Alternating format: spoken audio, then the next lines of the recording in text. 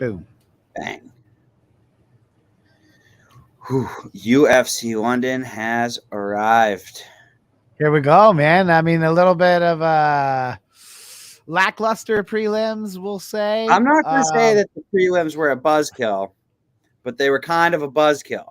But the prelims were a little bit of a buzzkill. That's okay. We have a great main card. You know, Molly McCann, Paddy, Aspinall. They should get the O2 rocking. I mean, a lot of decisions here, though, on the prelims.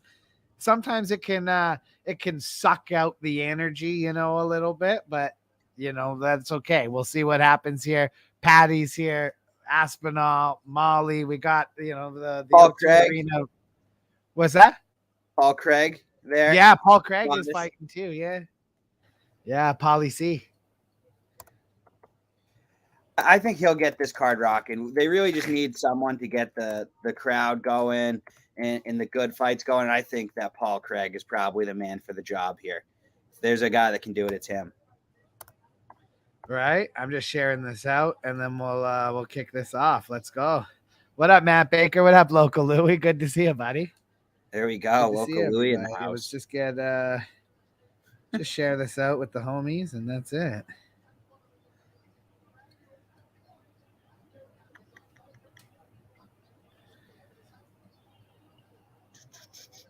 Here we go. Blaydes versus Aspinall, Jack. A big test for Tom Aspinall. A guy that I think could be world champion, but I have to agree with you, Jack, when we spoke. Curtis Blaydes may be the worst matchup inside the top 10 for Aspinall. Something to watch here.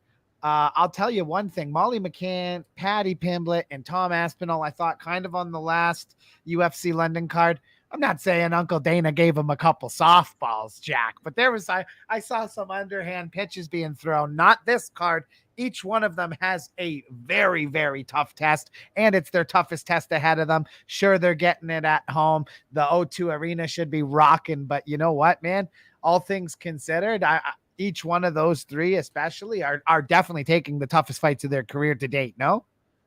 I do think this is a tougher test than a lot of people are talking about, especially for Molly McCann. Hannah Goldie's being extremely overlooked. She's extremely tough. She's well-rounded. It's going to be a tough fight for Molly McCann. I'm going the other way. I'm picking Goldie. I'll be rooting for Molly McCann. I always root for Molly Meatball. But I don't like to say this too much because it does come off as disrespectful, and I really mean it in almost a complimentary way. Molly McCann is the Cowboy Cerrone of women's mixed martial arts. I mean, the crowd loves her wherever she goes. Everyone's rooting for her, but we kind of overrate her a little bit because she's so likable. Yeah, well, you know what? If she gets a win today, yeah, we'll have to stamp that respect on her name because, yeah, Hannah Goldie is no joke. She's tough as nails. And if she gets through someone like her, all of a sudden you're going to be saying overlooked to overrated to overlooked pretty fast. I think that would be a massive statement for her if she's going to do it. That is true. Yeah. Bro, by the Falls too, he wants to know. FRFC 2 will be coming. It won't be in Niagara Falls, though. Might not even be in Canada, buddy. And book 12. Buddy, we had 12 fights. We had 13 fights. Yeah. We had 13 fights booked. Sometimes I forget that happened. That was like the worst 10-day stretch of my whole life. Yeah, especially that. Just like watching, I felt like a fly just like flying towards the bug zapper. Like you could see the light from so far away, and it was just, you knew you were getting zapped. That Tuesday was the worst day of my life, I think. Yeah. Yeah, it just, remember, what did we lose? 4 fights on the Tuesday of fight week alone? Yep. Yeah. Me and we were just taking bad break after bad break after bad break. I would start like crying the second I heard our phones buzz. Yes, me too. I was legit afraid every time the phones went off.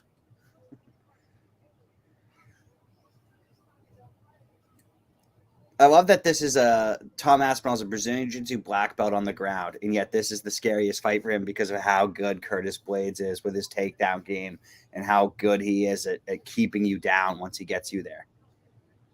Right?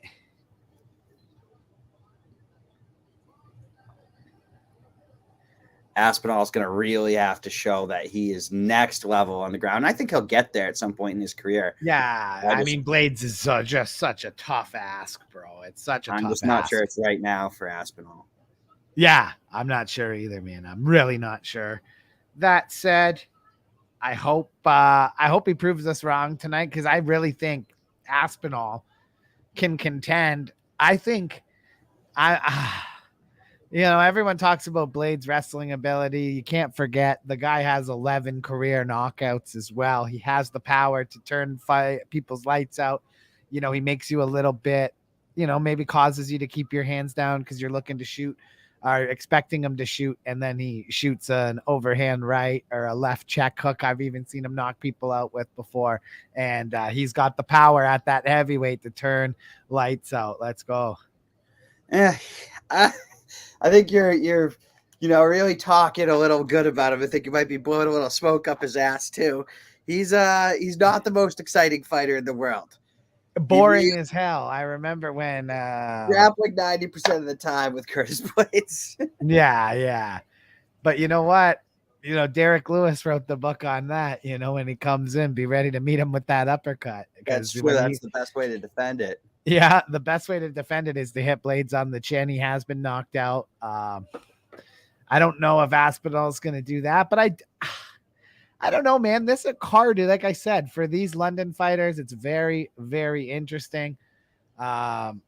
Jordan Leavitt's 10-1. Yeah, I know he's a little bit of a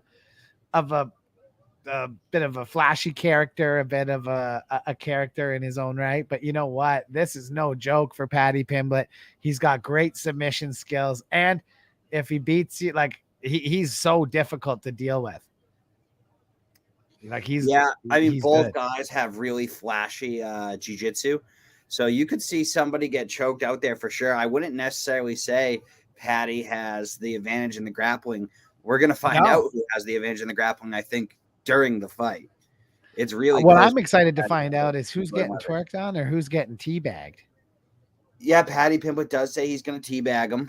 Jordan Leavitt says he's going to twerk on him. We're going to see. We'll see. There's Paddy and Molly walking in. They love the English love those two, man. It's so funny. They both could be in trouble tonight. It's a tough night for all of them, dude. It was like they gave them the first card earlier this year with some softballs, but there's no softballs tonight for the English fighters. I think the UK crowd's going to get a nice little bump, though, right off the start. I think Paul Craig wins this one, and I think the crowd goes crazy for him.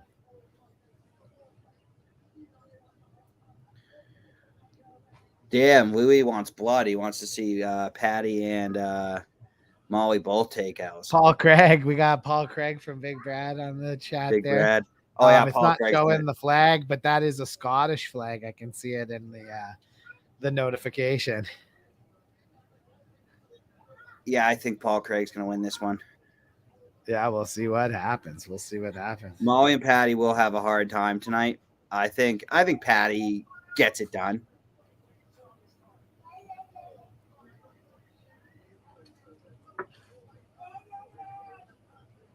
I love Paul Craig. And this card has been so boring so far, so thank God we have Paul Craig, because he's not in a boring fight too often.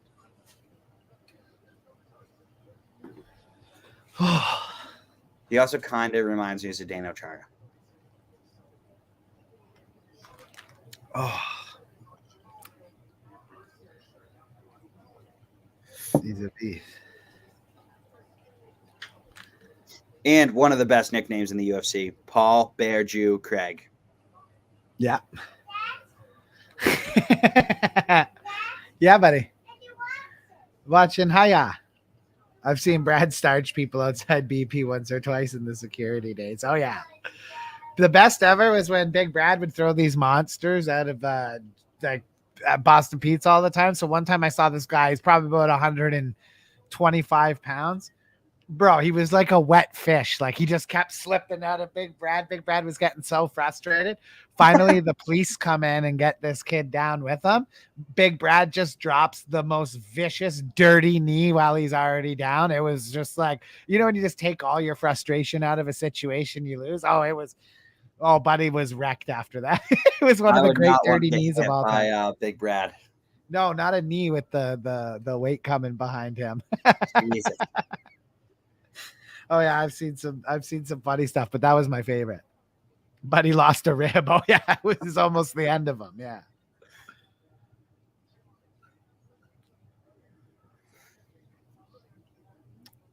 These fights, I love sitting in and talking the fights, but these free ones are poops.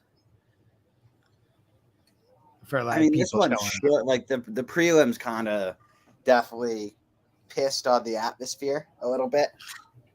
A little bit, eh? Just a little bit.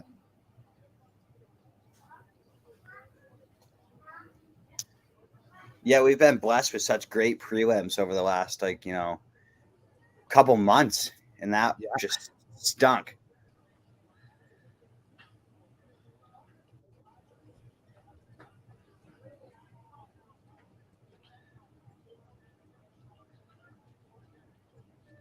I'm watching enough good old BT Sport, the realest sports network in the biz. Yeah, I like BT Sport. It's jolly old England.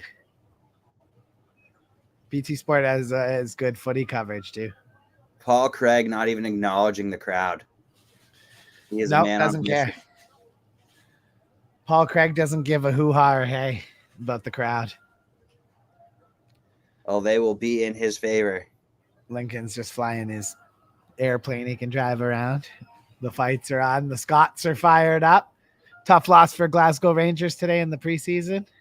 They love Paul Craig in London. Paul Craig is good shit. He gets treated like a hometown boy, and you're going to hear that in this fight. Oh, yeah. Very intense coming to the cage here. Very intense.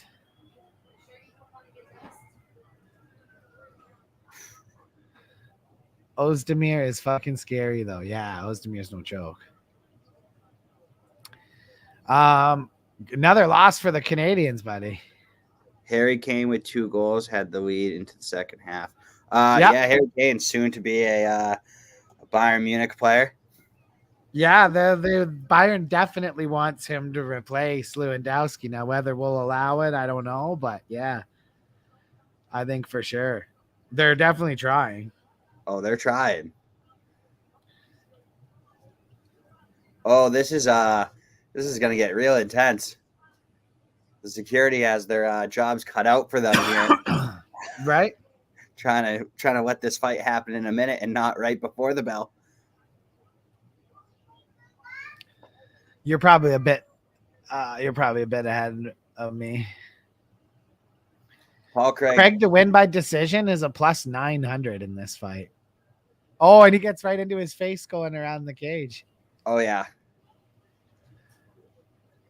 Paul Craig doesn't want to wait for Bruce Buffer. He wants to get this thing going. Yeah. He looks so intense. Paul Craig has not taken his eyes off of Ozdemir at all. Both men, Paul Craig's 34. He's 32. Paul Craig height advantage and a 1-inch reach advantage. 6-4-1 versus 17-6. It's crazy. Paul Craig, a little bit of the betting underdog here, Jack. I'm surprised by that. I do think Paul Craig's gonna win this one.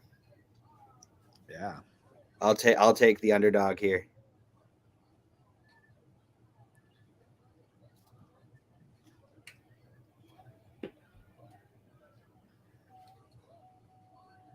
Volkan Ozdemir. No time. From Fribourg, Switzerland. The crowd going crazy for the Bear Jew.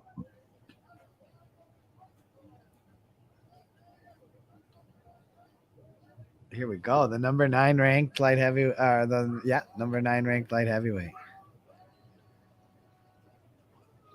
You're taking Paul. Me too. I gotta go, Paul. I'm taking Craig. the psychopath. Look at how crazy Paul Craig is. He looks like a young Scott Lamont without tattoos. I guess he has tattoos, but not as many as Scott. I've always kind of said he looks like Zdeno Chara sometimes, but it's only like when he gets like he does look like Zdeno Chara. Holy, he's got to be like mad to look like Zdeno Chara though. He doesn't like normally when he's just walking around, but sometimes when he fights, but the mad look with the beard. Yeah, look at him just staring at him in the center of the octagon. Paul Craig wants to start this fight yesterday. I think he's ready to go. It'll be anarchy in the UK, baby. The Olay's already booming from the crowd in support of Paul Craig. Yeah, and here we go. And Paul What's Craig your time at, Jack? The jiu-jitsu, 4:28. What's that?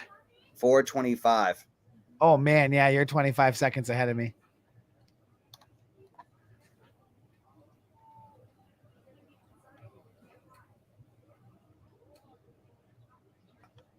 I love the Olay's already ringing out. Oh.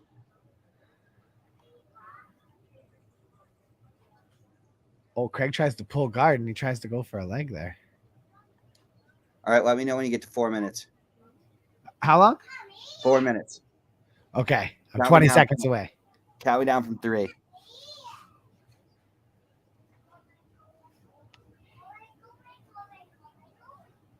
Oh, Craig's got a leg.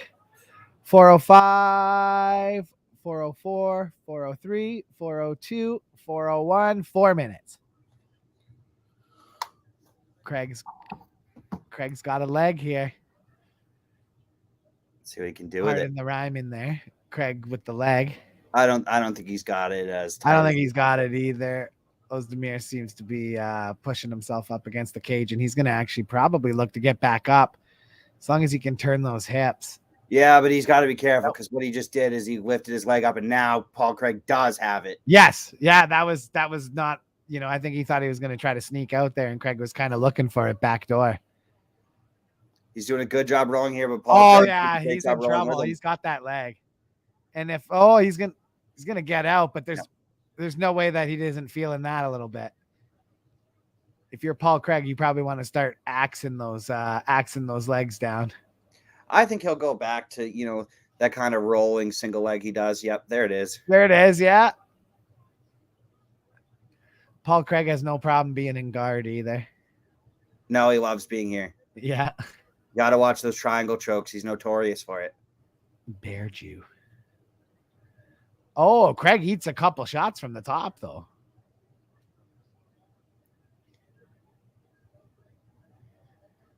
Oh.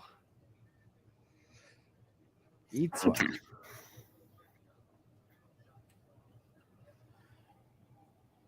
It's going to be tough for Craig to work from here.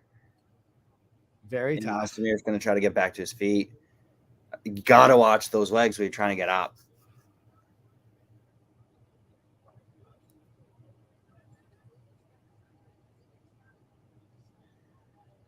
And there he goes. Paul Craig grabbing the knee.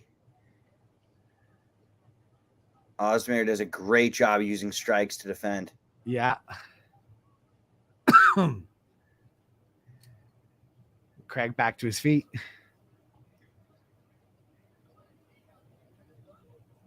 Ozdemir likes to use the brute force way out of submission attempts as opposed to the finesse. Yeah. Oh, Ozdemir stuffs it. Yeah, Paul Craig relentless though, still going. Yeah, still grabbing for a leg. Yeah. Oh, Paul Craig's got one leg. Ozdemir does a good job spinning towards the cage and gets out of it.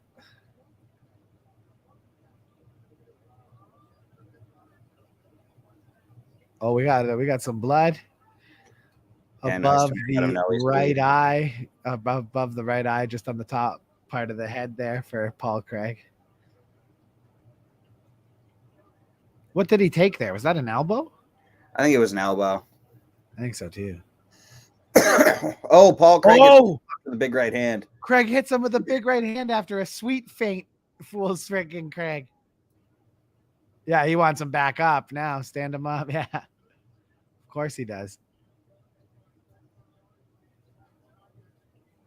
Oh, and Ozdemir drops him again. I don't think so. I think that was a slip.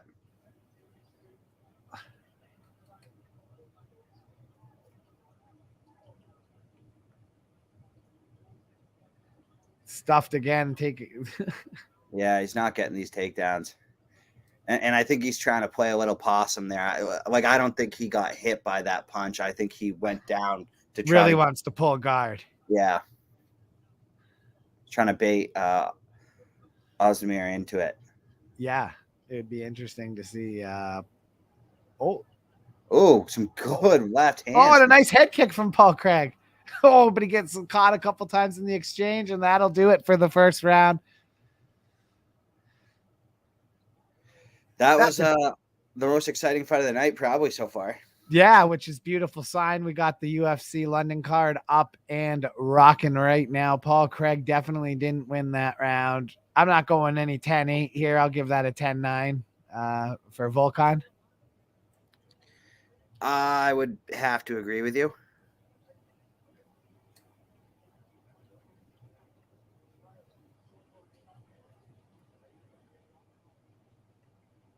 No, yeah, I don't think he can win the round off that head kick. It was a nice head kick, but I think Volkan got round one there.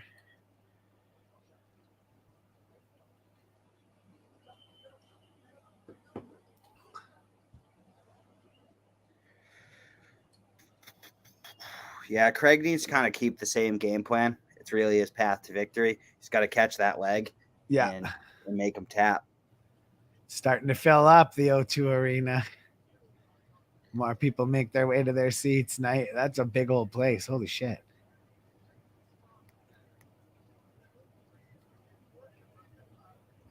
And here we go. Second round is underway.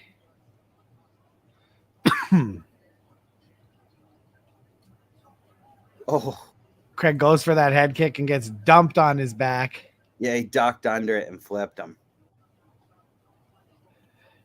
He is trying to possum him into jumping down into his guard, though. Did you see him almost act like he was a little hurt there, like for a second? That's what I'm saying. You gotta watch him on these punches, because like the one that we were talking. Yeah, I thought it got him, but I think I think he's just trying to pull him into his guard. Craig smiling a little bit. Yeah, he knows he's got to start keep this fight on the feet. I think he can do fine. He's been the better striker, I think. He just keeps going for those legs. Paul Craig has decided that he wants to take a leg home back to Scotland with him after this fight. Putting the pressure on now. Yeah.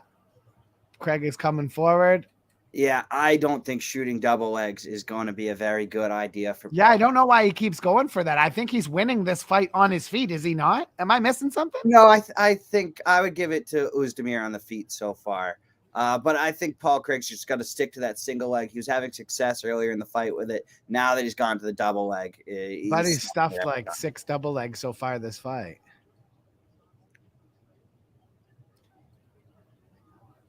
I mean, Craig's been winning this round on the feet. Yeah. I'll give you that.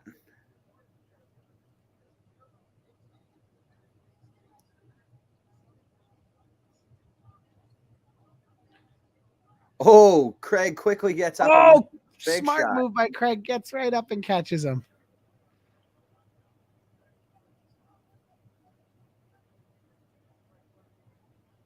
Gotta love when the light heavyweights are in there. It's always a banger.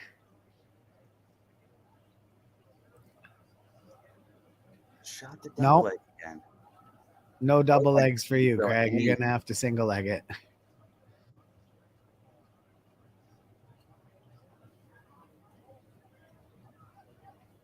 Another double leg attempt.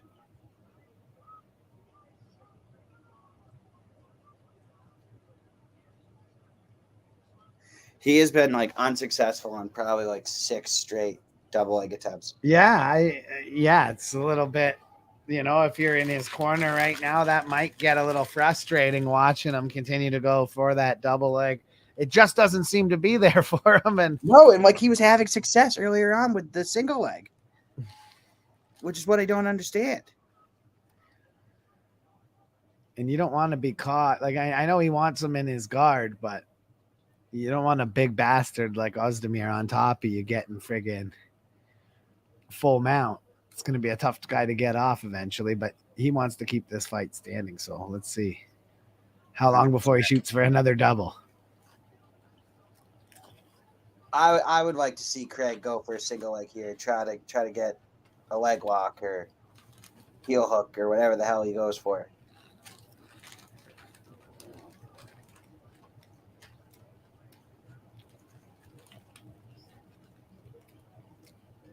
Yeah, big shot from Volkan, cuts him there.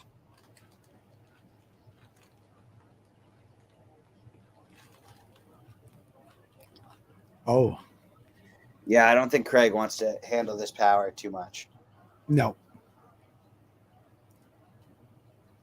Oh, a good spinning elbow. Oh, great spinning back elbow by Craig. Lands.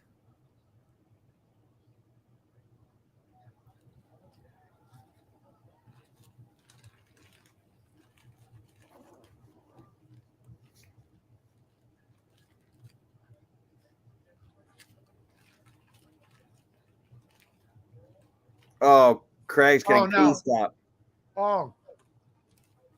Craig's hurt. He felt those. Sal D'Amato's got it 2-0. Craig Louis says. Yeah, you never know when old Sal's on the. Good thing they're in London. He won't be there today. Oh, Craig eats another big right hand. Pulls guard, but again, 10 seconds left in the second round.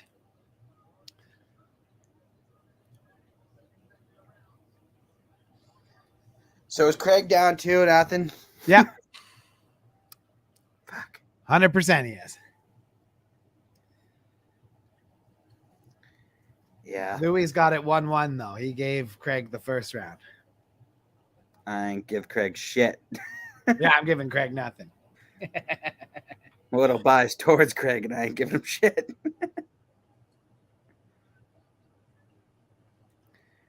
How's everyone else got this scored? Yeah, everyone's got it 2018. Well, maybe there's a nice couple Scottish judges on the board. Could be. It's about the only hope for Paul Craig. Yeah. So a couple Scottish judges in there, making sure everything goes the way it's supposed to go.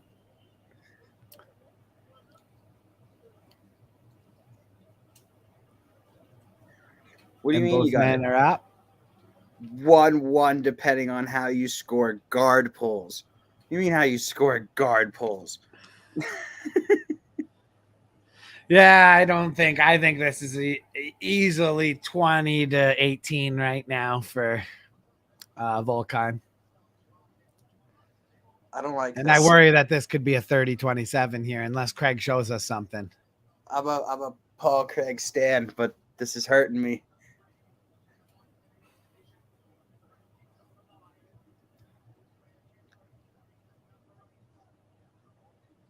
Right now, the live odds are Craig at a plus 270.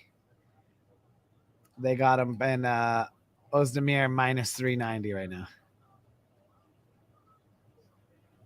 We got some comments coming up on the screen here. Yeah, they're all. Oh, Craig gets rocked with a left uppercut. Oh, and he could be in trouble here on the ground. Yeah, he's in big trouble. He's using that reach though. Oh, he's going for. No, he's looking for an armbar. We got to watch the up kick there. If you're Ozdemir, though, that would have friggin' hurt him. Get him up.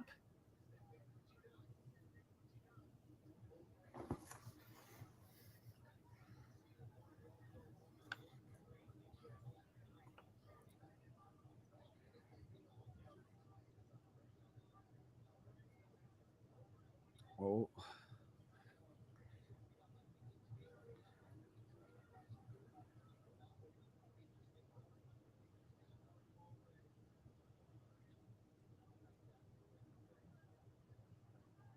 Oh, Paul Craig goes for the takedown and get hit in the face. Again. I don't even know. I don't even think that was a double leg, though. I don't. Yeah, well, I think he thought that it was going to be a double leg, and then he kind of got stuck on his waist. Yeah, I don't. I wouldn't even know what to call that. It was like when you watch someone like try to jump in a pool and land on the break through the ice, and the ice doesn't break away. I was about to call it a double leg, and I'm like, what was it? No, it was like that's what he intended it to be, but it certainly was not a double leg, Jack. But it was a double leg attempt. It just didn't go that way.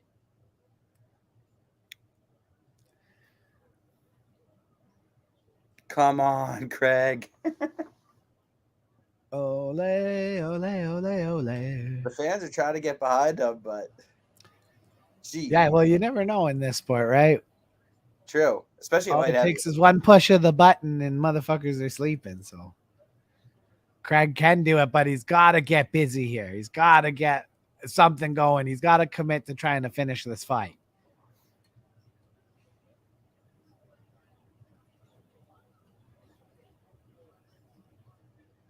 Volkan just looks so content. Well, to be honest, Craig's not going to finish this on the feet, so he's got to pull one of these off. Oh, look at Craig talking some shit.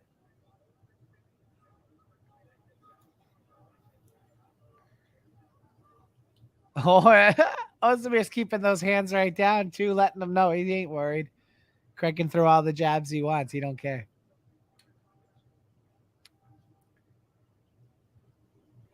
Yeah, I don't think he's at all worried about the striking of Paul Craig. Oh, Craig throws an elbow that misses. Oh, he goes for the spinning and gets caught. And they'll just let him stand right back up, waste some time on the clock.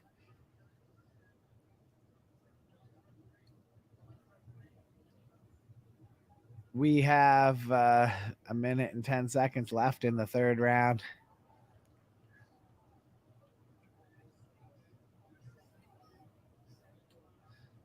Yeah, badly getting outstruck here, Craig, especially in the significant strikes category. And only 50 seconds left here.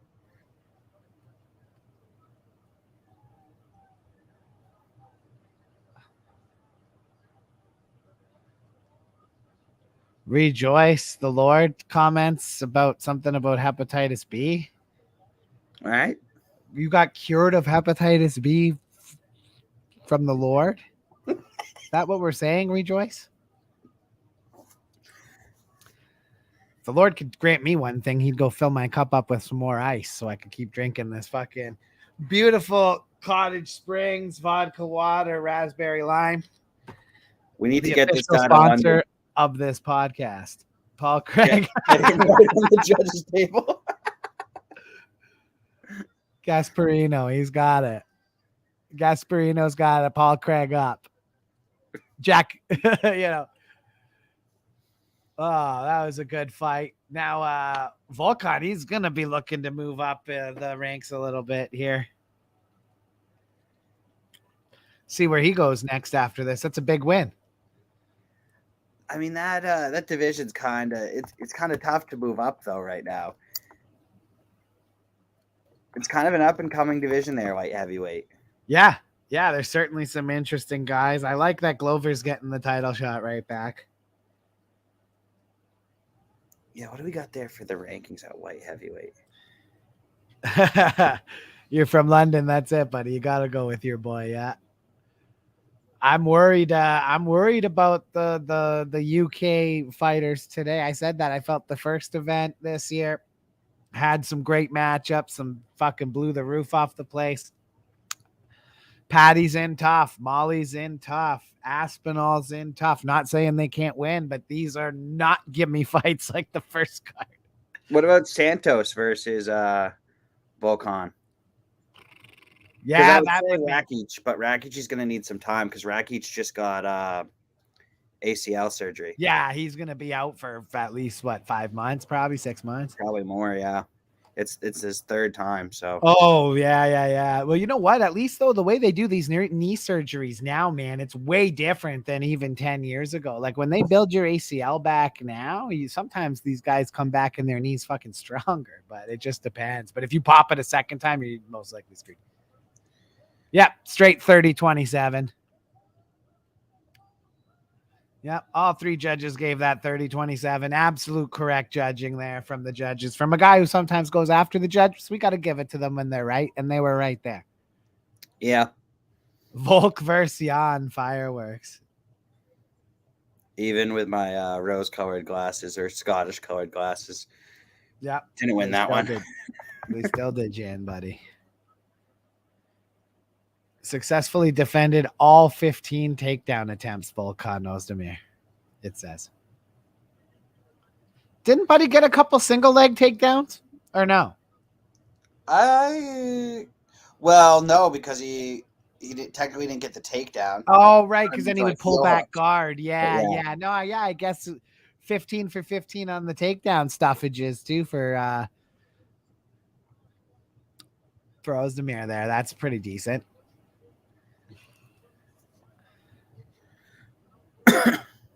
Well, Brad says Paul Craig he hears is a Celtic fan, so he's not too mad to hear that he lost. Now we got Meatball Molly versus Hannah Goldie.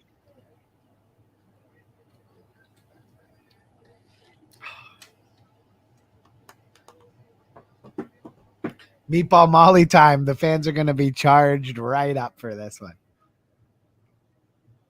Look at Portnoy's hat. Leon Edwards. Leon. He's not really from there, though, is he? Not according to Colby. There she is, the queen. Yep, Joanna. Joanna said she'd only fight if it was for like a ladies BMF fucking title. She should probably just retire. Which sucks. Probably my favorite female fighter of all time. Yeah, she's so sick.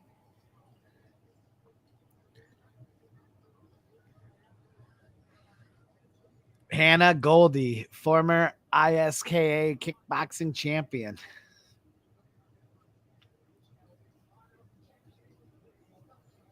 She's 6-2. Molly's 12-4. She does land a lot of big shots, Molly McCann. I really don't think it's a good idea to get. No, she probably doesn't want to strike with her in this, but I think it said earlier she is like the 5th most significant strikes in women's flyweight history. I almost think getting into like some dirty boxing and working the clinch and making it more of a rough fight and less of a brawl is probably the best path for Meatball Molly. When she hit that spinning elbow the last card, that was insane. Yeah, almost stuff like that. Like, they were kind of clinched up and she hit her with that. Stuff like that is going to be a good way to keep this fight competitive. I think if she tries to get into a war on the outside with Hannah Goldie, it's not going to end well for her.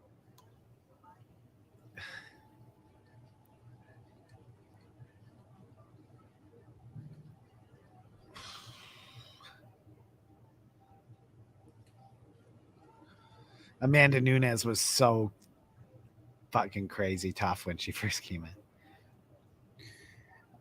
She just kind of didn't look great. No, against Payne, no. But I will say that year she beat Shevchenko, she beat Miesha Tate, and then she beat Ronda Rousey all in 1 year. If I'm not mistaken, was that not within a 12-month period? Because I remember after she beat Ronda, I was like, "What the fuck is this? This girl's a cyborg, but she's not even like Chris Cyborg because she knocked her the fuck out too." Yeah, she did knock her the fuck out. I actually remember that fight like it was yesterday. Oh yeah. Amanda Nunes. When was those dates? Here we go.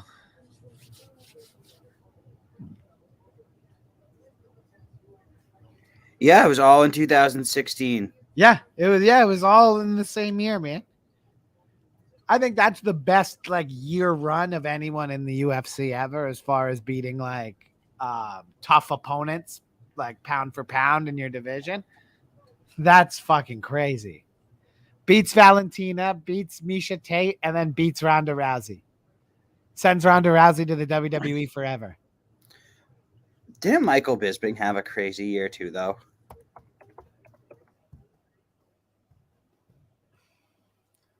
I don't know.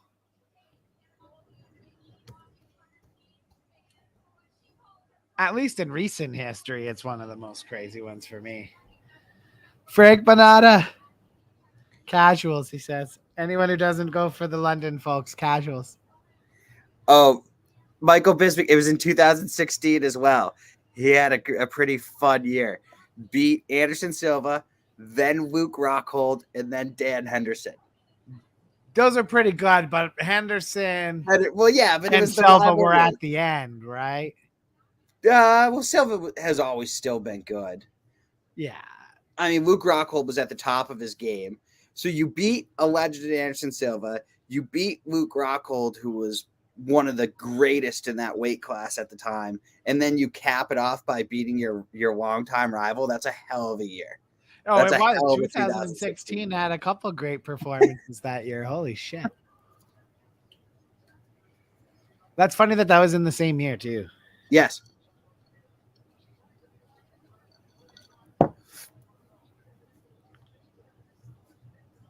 Left hook Larry. Left hook Larry. I know Frank's picking Meatball Molly.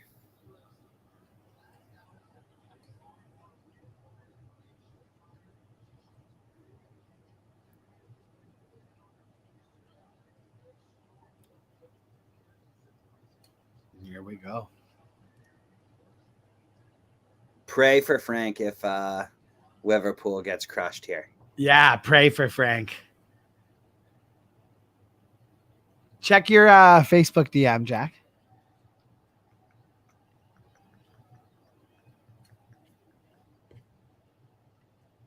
Here we go.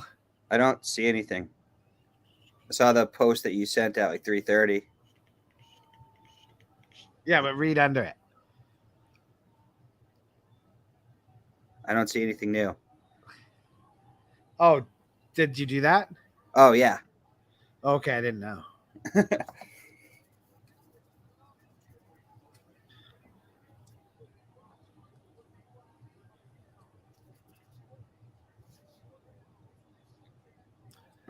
There we go.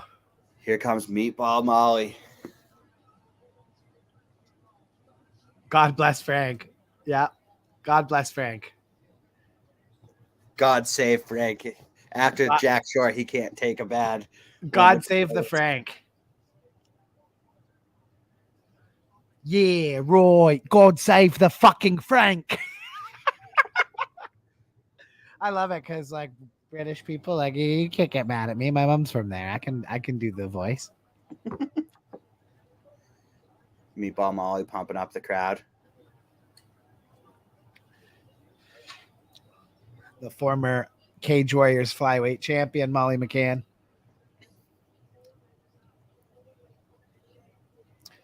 I think her fun little run probably comes to an end right here. What's that? I think her fun little run probably comes to an end right here, though. If not, I'll be very, very, very impressed.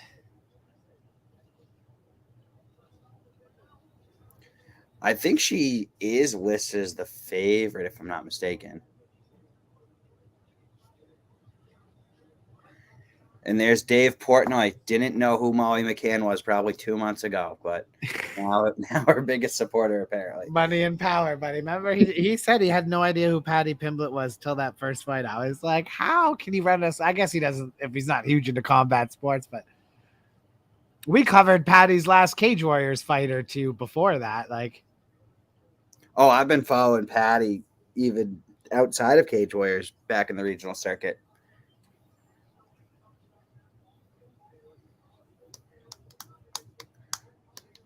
I am also American, Matt.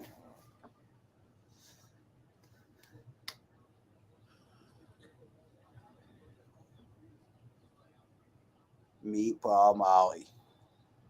Taking a bow before.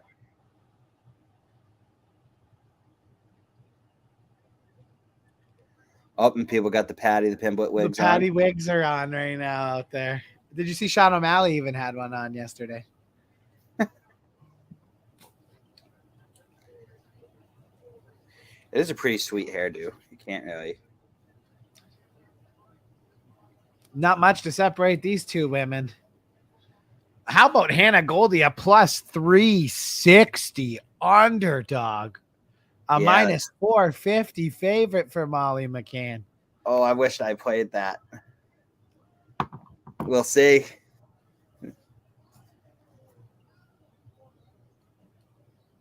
We'll see. Yeah, I mean Hannah Goldie's really good, but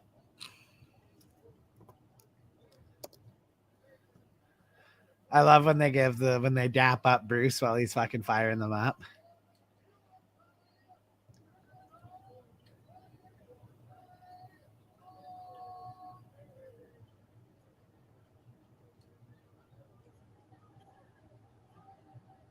Listen to the pop. Oh, yeah.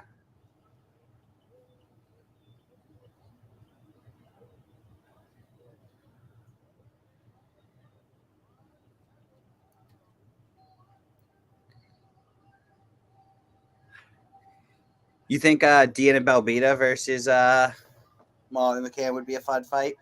I think Molly McCann would knock Deanna out respectfully.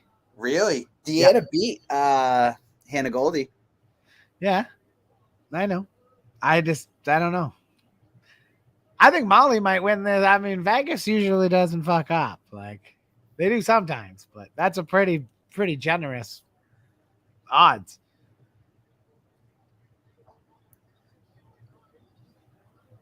Oh, Molly's Yeah, Molly out. McCann said no to touching gloves before. Did you see that? And she was shot out like a cannon. Yeah, this will be a high pace fight. Should be anyway.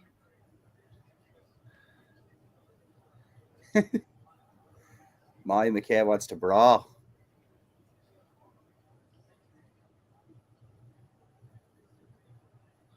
Oh, big knee in the clinch from Hannah Goldie there. That definitely got through.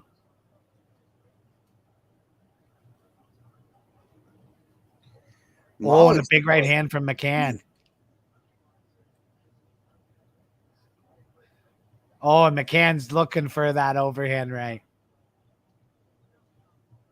The way she's jumping in, though, she has to be careful of a head kick. Because if Hannah Goldie can sit back and watch her do that a couple times and then time it. Could be good night, Jim Kite. We saw that happen to poor Ronda Rousey versus Holly Holm. Yeah. Oh, yeah, that head kick had her thinking WWE, and then Amanda finished it off. Or whatever. Hannah Goldie looking for the takedown. Good defense by great defense by Molly McCann.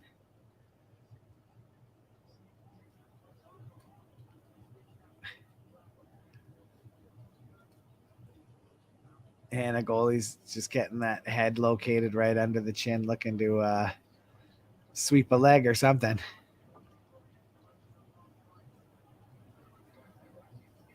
Some good nice knee to the body from Hannah Goldie. Yeah, she's trying to work. Yeah, she's trying to look at. She's trying to get that trip, but Molly's doing a good job.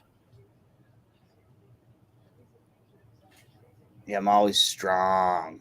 Oh yeah. Oh, looking for that trip. Is she gonna get it?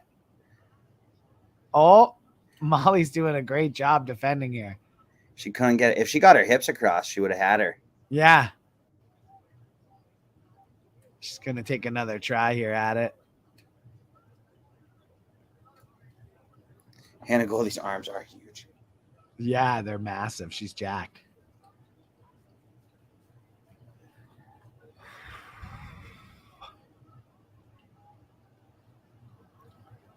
And they separate.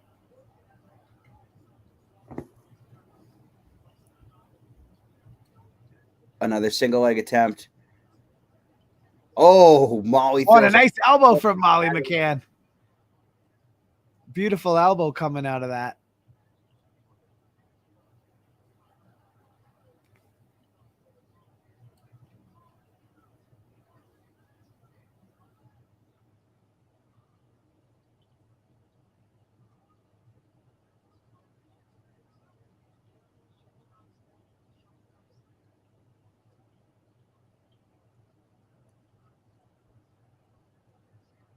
McCann switches into a southpaw stance. Did a nice job slipping that knee, too. Oh, big left hand. Molly McCann's got to be careful. Oh, yeah, but she's got a leg. Gets out of it. I think right there, buddy. Oh, and McCann. Oh, another spinning elbow. Yep, you can stop it. Herb. Molly McCann does it again. Hannah knocks out Hannah Goldie. Look at, she's going right to Dana security and the commissioner trying to stop her. They fucking hate when you run out of the ring. Now she gets on to Portnoy.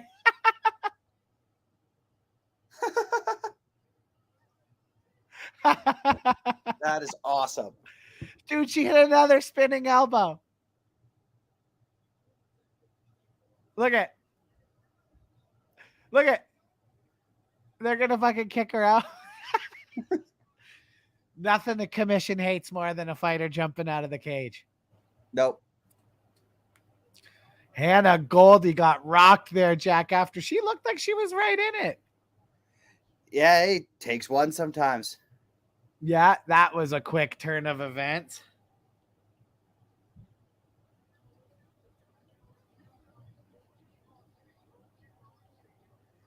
Jimmy John's freaking fast finish. Oh, that right. Spinning huge elbow. Right hand spinning elbow. I think she was already out when the right hook landed home. I don't even think she knows she got hit with a spinning elbow. Herb Dean, maybe one of the laziest. That hook. She already don't know where she is. How about Herb Dean with like the laziest stoppage to the fight? Like wouldn't even jump in and stop it. He's like, "Hey, excuse me." Herb. Herb like just like wasn't trying to dive in there. Paddy Pimblett. Big night for Molly McCann. Let's go. Right into the arms of Dave Portnoy sitting cage side. Look at how pissed that guy is that his computer monitor got knocked over. No, not offhand, buddy. Yeah. Polish sausage, hot dog, or corn dog? I think I'm going just a straight old-fashioned American hot dog. Same.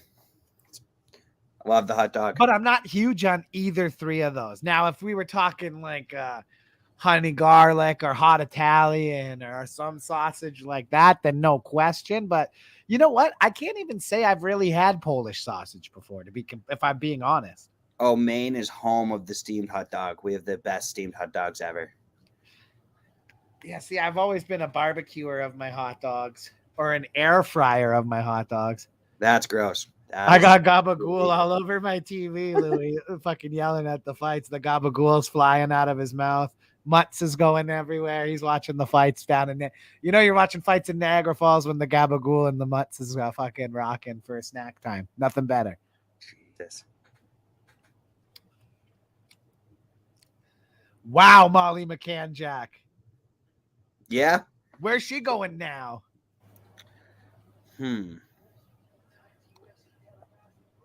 Where's Molly sitting in the rankings? Look at it. I got Conor McGregor on my screen right now dancing with fucking Proper 12. UFC London, baby. Imagine if Conor came back in London. That would be the best. Molly McCann is fucking incredible.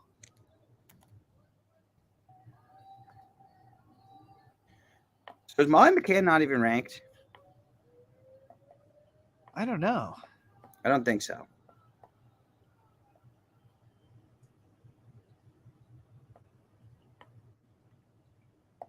Yeah, I'm convinced with Molly too. They got to give her another step up. That was very impressive. She hit it again. Another spinning elbow. Can we talk about that? She did it again. Like that is what sent that. Like sure, she landed that overhead right, but the spinning elbow is legit what sent Hannah Goldie to see shadow people. Again. I have a feeling that there's just something in the water tonight. I'm now Molly Meatball just convinced me that Aspinall is going to pull this off tonight. Oh yeah, Conor McGregor fight in London would be so electric. Conor versus Leon in London. What's that? I said Conor versus Leon Edwards in London. I don't think that would be a good fight for Conor. No. I love it. The one thing McCann is so smart. She's so smart with finding those openings in the striking battles and just fucking getting in there and taking care of it.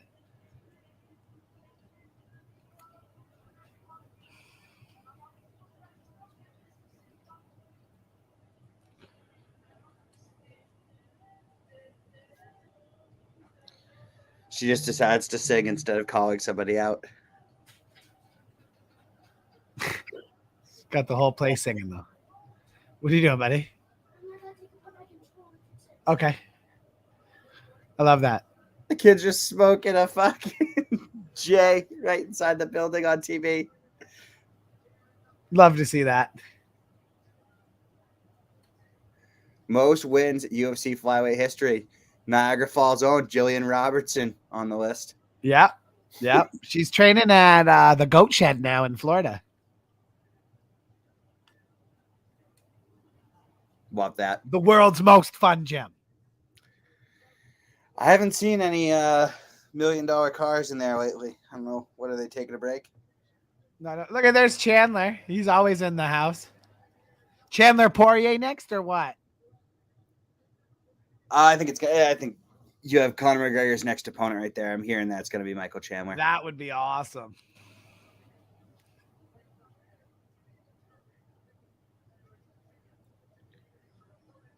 There we go. Matt, you think Conor would starch Leon? No.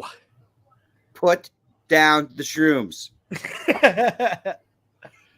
Okay, Gustafsson, he's on a losing streak here. This is an interesting fight. He has not looked like himself. No. Years. And I watched his fight against John Jones live, the first one. The robbery. That seems like a lifetime ago. Right? And then the second one wasn't even close, but it was crazy that first fight, man. Yeah, he's only on a 1-fight losing streak. Oh, wait, no, he's not. His win was exhibition grappling. Okay, so yeah, he's fought 3 times since 2018. And he's got knocked out every time, has he not? No. He got tapped out twice. Oh, okay. I know he got finished each time. Yeah, he got finished by John Jones. Anthony Smith choked him out, and Werdum took his arm home. Yeah, Verdum's not a guy you really want to leave your arm out there hanging for. Well, he's facing Krylov, who's on a 2-fight losing streak. I mean, to Ankalaev and Paul Craig, so yeah, not a bad losing streak though. No, Conor McGregor will starch Leon. There's just 0% chance. None. Just like when he comes back and beats Kamaru Usman for the 170-pound title, and he's the triple champ. The only big name I think that out of that group of 170, 155 guys that I think McGregor could beat is probably Jorge Masvidal. You know how I feel about Charles Oliveira fighting Conor McGregor. I don't think that's a smart fight for Charles Oliveira. And if there's any Brazilians in here, I have to apologize. But you motherfuckers allow people to get into your heads. Y'all have crazy tempers in Brazil. You saw Jose Aldo. Conor just got into his head. He comes out there like a fucking dummy swinging for the fences. Conor puts that left hand right on the button and it was all she wrote. Took the strap from him. You know, they get very angry. They do not like disrespect. I think Conor would feast on Charles Oliveira the entire time, would be as disrespectful as possible. We know that women, children aren't off limits when it comes to Conor McGregor. He always seems to know some shit about your personal life too that people aren't supposed to know. Like Dustin Poirier should have never told that story about getting into a fight at a barbecue because his wife was talking to other guys or something like that. Because then Conor just in that third fight started pretending that she was in his DM and I mean, obviously ended up breaking his fucking leg. Whoa, they're pouring Hallerhead out. Yeah, Michael Chandler, Yolanda, and Molly McCann. What a I just did a shot. Too. Look at Chandler's yelling. What? Dude, I love Michael Chandler. If you don't like Michael Chandler, there's something wrong with you. Say whatever you want about if he's, you know, obviously he was a lot more successful in Bellator. He's been great in the UFC as far as the entertainment factor goes, but he's such a great ambassador for the sport. He's at every event. He's always like pretty fired up and involved. I love Michael Chandler, dude. Mike Chandler's awesome. Matt, I get the sense that you love the overrated guys. I don't think there's two fighters in the UFC that are more overrated than Masvidal and McGregor. I think they're 1 and 2, and I can't really tell the order. I think Masvidal might be a little more overrated than McGregor, but yeah, I think Conor beats Masvidal now. I think Conor starches Masvidal. I don't think I was going through the top 10 of the 170 division. I don't see a win in there for Masvidal. I don't think he could beat anybody in the top 10. What's going to happen with Covington? Who's he going to fight next? Where's that go? Brad, McGregor versus Masvidal, fight for the overrated belt. He should have to put the fucking. He should have to put the BMF on the line. the I'm an overrated asshole belt. I love how they legitimately made a belt for that Diaz Masvidal fight and then never used it again because they just needed something extra to just throw onto it. It was like it was going to do great pay-per-view buys, but then Dana comes up with the BMF. It's like the WWE Hardcore Championship back in the day. Too much height and weight advantage for Jorge. Jorge has been fighting at the wrong weight for so long. Yeah, Jorge could cut down to 55 if he wanted to. Yeah, Jorge's not even a true 170. No, I think him and Conor is a great option. Yeah, I think they would sell. Difference? I think they would sell a billion pay-per-views for that fight too. They would sell tons. Jorge Masvidal is 5'11", and Conor's what, 5'9"? That's not like crazy. What's the reach advantage there?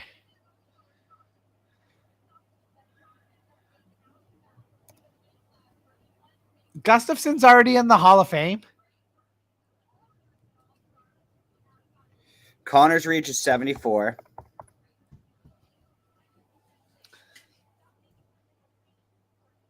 Jorge Masvidal's reach is 74.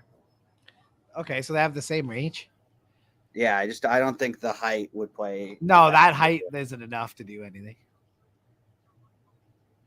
And there is no weight.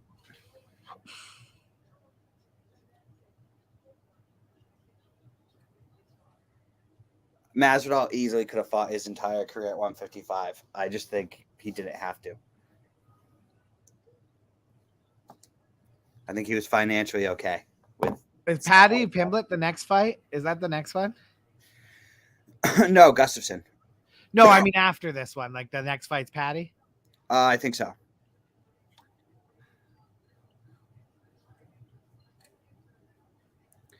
Yeah, I'm worried about Gustafson here, and I think if he loses.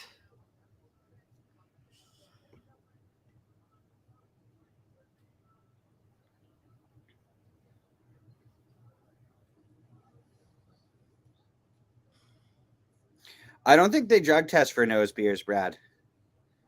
Maybe the juice might be a problem, but I think nose beers are good. I don't think Jorge or Conor would probably pass for nose beers. I think most of the UFC would not pass for nose beers.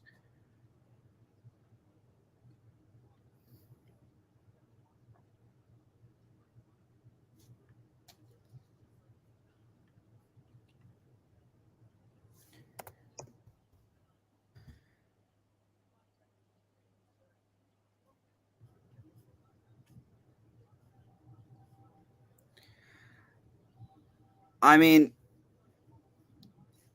I don't really. Masvidal doesn't have an impressive win on his record. I'm not gonna lie. He once beat Kimbo Slice in the backyard of a street fight. That's pretty impressive. That's about it, though. Yeah. Like Ross Pearson never made it. Well, the Jake, Askren win. You can't. Askren's impressive. That was super impressive. no, not really. It was a lucky strike. He Yeah, came but in. he He got threw the win. A one win's a win. You got to I got to knee. give him that. Okay, but fine. To each their own, but I'm not putting that down as an impressive win. Oh, I got to give it to him. Darren Till's proved to not be an impressive win. Yeah, Till versus Nate. If you watched it, it was cuts and it's kind of just a. He got smoked by Usman twice. Got 50-45 by Colby. Maybe even 50-44. Yeah. 50-44 in Minnesota. That's what Colby calls that fight. Yeah. I don't. Masvidal has not had an impressive career to me. I can't give it to him. Simple MMA math, which doesn't work at all. MMA math is so fucked up.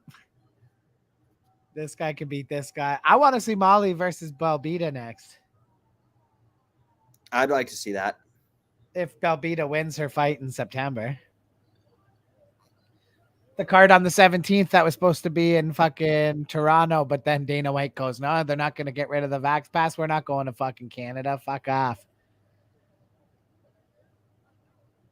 Well, Connor also, Connor quit to drink whiskey and do coke, which is true. But what would we do if we sold the fucking Proper 12 for $600 million? I'm like, that's why I always say, why is Connor even fighting? How can you be mad at someone at 600? Like when you have a net worth of like $600-700 million, how could you even get into the mindset to want to fight somebody? I would be living my life in fucking silk pajamas, happy as shit every day. Wouldn't fight a fly. What kind of yacht does he have? Doesn't he have like a Lamborghini yacht? Like if I had a Lamborghini yacht, you probably wouldn't. Yeah, how could you be mad enough to fight someone with a legitimate Lamborghini yacht? Oh, he dropped him right off the hop. Gustafsson gets dropped. Oh, and he eats a knee. I think I'd probably be impossible to get a hold of if I had a Lamborghini yacht. Krylov is teeing off on Gustafsson. Oh, the punching bag, though, turns around. I mean, Gustafsson. Yeah, he did get him against the cage, but my God, Gustafsson gets rocked right off the hop. If Gustafsson ends up losing this fight, it's got to be over for him. I can't watch this no more. I love Gustafsson. He's one of the fucking best light heavyweights I've ever seen. Came up in the John Jones era. Would have had a belt back in 2013 probably if there was no such thing as John Jones. Probably. That's still the weirdest fight to me ever. When I watched it live, I thought Gustafsson won, but every time I've ever watched it back, I thought it was obvious John Jones won. And he just gets folded. Yep. It is all over. Krylov makes quick work of Alexander the Great Gustafsson. Time to put those gloves down into the octagon here, Gustafsson. I've seen enough. No more. I like that guy too much to keep seeing him get fucking these losses. Like, that's enough. At least not at this level. It's got to be a big step back. Yeah, like you can go fight on some smaller cards, maybe a Bellator or something like that, but fucking no more. Oh, that overhand right. Holy shit. Oh, and then like, dude, look how light that was that dropped him. The little check hook there in the clinch. Like that wasn't much. That shouldn't turn you out. Look at it. That's not a lot to turn your lights out like that, man. Time for him to stop. Well, I'm not sure it turned his lights out. I think it might have gotten him to give up. It was enough to give him the fucking snaky leg, which is not good. I think he might have quit in there, though. I hope so. I hope he did. That's enough. He's such a great fighter. I don't want to see it anymore, though. All done. It's like when Liddell was at the end of his career and they did that fucking Tito Ortiz fight again and he got raw. I was so mad.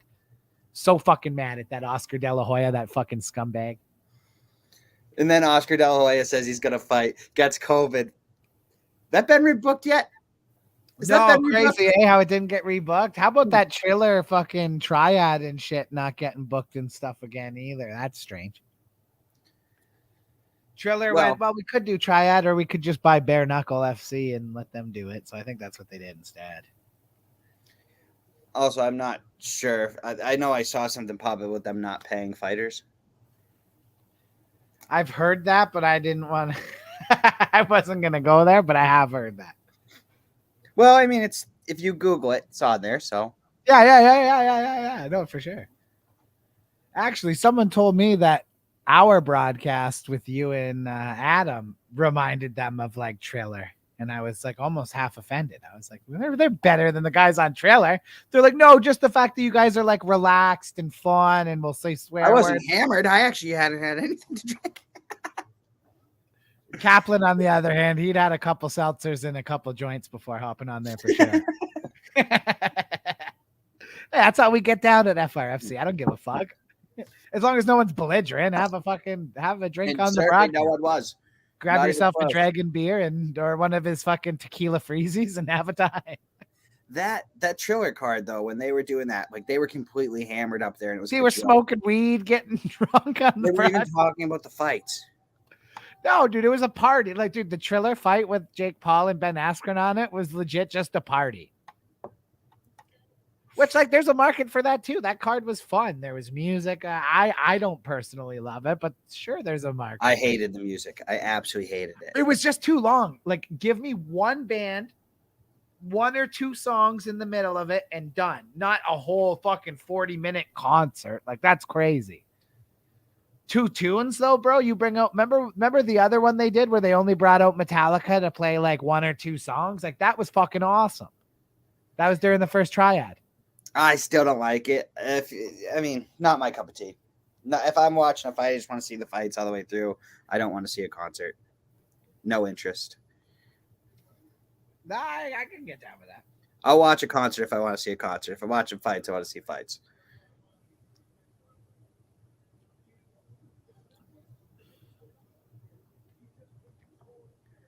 $22 first-round finishes, 15 in a minute 44 or less. Krylov has power. That was never a good idea for Alexander Gustafsson at this point in his career to get in there with him. That's enough for me with Gustafsson. Are those gloves in the octagon yet? I don't think so. 22 first-round finishes for 28-9 Nikita Krylov. 27-28 wins, 12 knockouts, 15 submissions. That guy can do it anyway. I mean, Gustafsson is only 35 years old. No, it's over. I just doubt it's over. Has to be. I think he takes a huge step back. Maybe not in the UFC, maybe somewhere else, but I don't think it's over. Stormzy. Well, if you know who Stormzy is, that might be cool. Yeah, he's a British rapper. I know who he is. Never heard of him. He has some songs on TikTok that people fucking always use and stuff. Dana White's Contender Series. Oh, Jake Shields' guy is in the co-main event for that. Fario. Oh, Farid Basharat? Farid. Yeah, Farid, that's what it is. Bo Nickel in the main event of a Dana White. Wow, these Dana White Contender Series cards are stacked. Oh, fuck yeah. Ooh. It's funny that from us doing our event, you start to see some guys on there. Like, I know Alex Morgan is fighting on Chessmaster episode 6 or whatever. And it's like, fuck, we almost had like 3 fights for him. And it's cool to see these guys get these opportunities, man. You'll definitely see a lot more guys getting opportunities here, but here we go. Jordan. Bo Nickel. How do you think he makes his transition from wrestling world to the world of MMA? It's been very smooth for all the guys that really have come before him that are his caliber. I think that's going to be I think he's going to be a problem. Yeah, I think he's going to do well. I'm excited for that. But, sometimes when those guys have all the hype and they finally get there in the UFC Apex, they can crumble. So let's see how he looks. But here we go. It's Paddy the Baddie time. Paddy Pimblett time.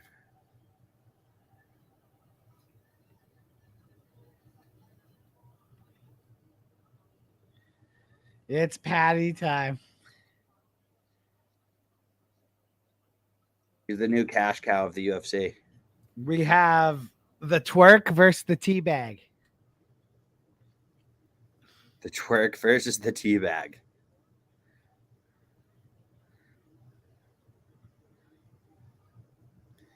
Paddy the baddie.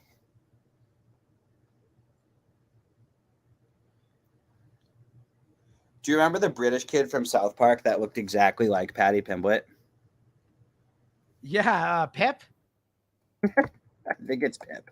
Yeah, I think it is too.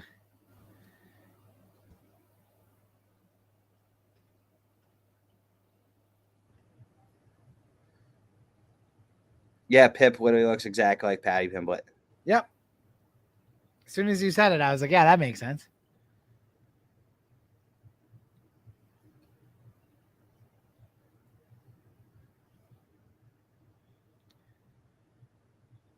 Okay. We are moments away from the Paddy fight, dude. This is going to be awesome. The Paddy Pimblett show. Hey, let's take like a quick, let's put the sign up for like a quick 20-second break. I want to get some more ice. I want to have a nice cold drink during this. I drank the last one without.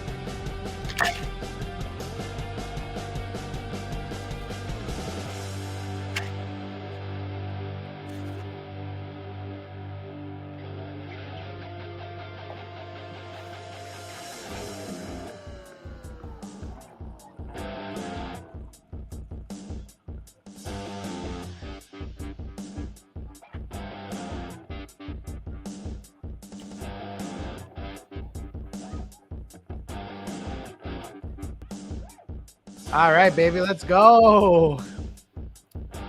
It's fucking go time. Here we go. Here we go. Paddy Pimblett. Just gave it the little Paddy share. Levitt is so good, man. He's a frustrating fighter. He's great in the fucking clinch. He's a great grappler, great submission artist. And he loves doing the worm. He'll twerk on you. He'll do it all. He's basically said that he will be twerking on Paddy if he gets the victory here. But Paddy said he's going to teabag him if he gets the victory. So twerk versus teabag. Would you rather see Who a was twerk it? or Derek a Lewis or whatever. After last time he teabagged, he's like, bro, if someone did that to me, if someone twerked on me after they knocked me out, I'd yeah, have I to would probably not. kill him. I would not be thrilled. No, you really can't be. Well, this main card, Jack, has been much better than the prelims were. The prelims stunk. Here comes Jordan Levitt getting the shit booed out of him. Yeah, absolutely getting booed. Getting flipped off. That must be awesome. I actually would love that for if you're coming out to fight. Like, wouldn't that fire you up if people are flipping you the bird and like calling you a pussy and telling you sucked? I'd love every second of that. Imagine Levitt wins and then he goes out of the cage and twerks on Dave Portnoy. Would that almost be more disrespectful? I think the fans would kill him. I think it would be very bad. Honestly, I think even if he twerks on Paddy after he beats him, like how are they going to get him back to the locker room alive? I'd love to see it. I'm a little bit concerned for if he decides. I like both these guys, dude. They're both good fighters. Like I don't really have a dog in the fight. Remember, Fair Buddy enough. slammed, Levitt slammed Buddy on his back. It was like 22 seconds or something like that. He knocked the guy out. Whew. He's had some good fights, Levitt. What? He's had some good fights. For sure he has. This is a tough test for Paddy. The boos are really coming down. He is loving it. I love Paddy's lockout music. I'm actually pretty pumped for this. Here we go. Paddy the Paddy Pimblett time. The teabag versus the twerk. What are we getting? A teabag or a twerk?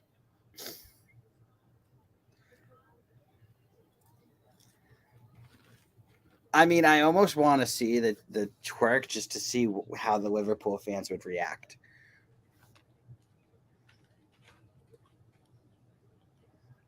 Although we did cover an event in where was that? Was that in the Netherlands?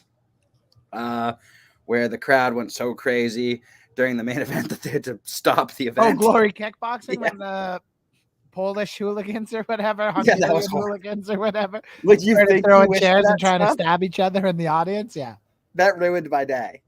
Dumbest I thing was Glory so did was forward to that. cancel the fight. They should have just got all the fucking idiots out. As soon as they announced it was canceled, everyone's like, well, I might as well throw a chair. It's over. Yeah, that's exactly what happened. The chairs only started flying once they canceled the card. I was like, no, that's a terrible decision. Even the announcer said that. He's like, that's the worst thing you can do right now.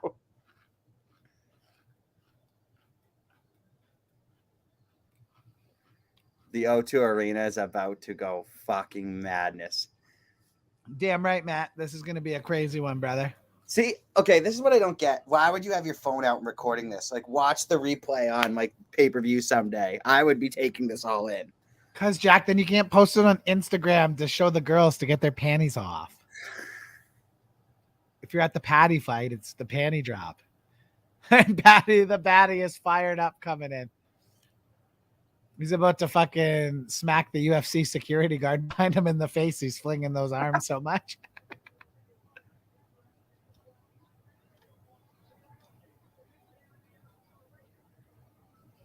Every person in the O2 Arena is on their feet for Paddy Pimblett, though.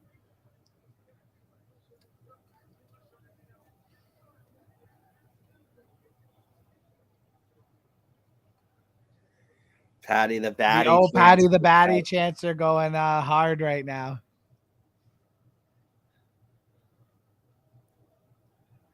This must be an insane atmosphere for bro. Imagine being at this card right now. It's very probably similar to the atmosphere of when we were in the house for the McGregor and Poirier 3 card for the press conference. That was electric. Remember Pink Suit Guy pissed Connor off? Yeah, I'm not the biggest Pink Suit Guy fan. I hate Pink Suit Guy. I'm with Connor. I fucking love to smack Pink Suit Guy. I hate him.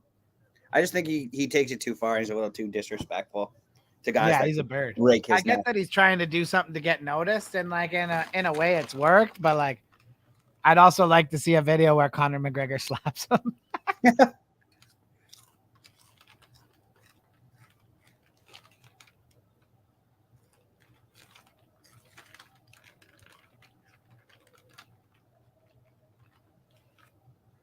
Here we go. And there's Molly Look McCann. at Molly McCann drinking right out of the hall with her head bobble. She's already probably drunk. I fucking love it over there. I love England. They must have a relaxed liquor license situation because, like, everyone in any venue we're in is like, oh, the liquor license. Oh. Yeah. Like, what about the kid smoking the joint and they put him right on TV on ESPN Plus? that's how it should be. When you come to the UFC, it's a party, baby. Like, that's how it should be. Turn up. Turn right up. I'm excited. Now it feels like this is what I came here for. Oh, Paddy the Paddy.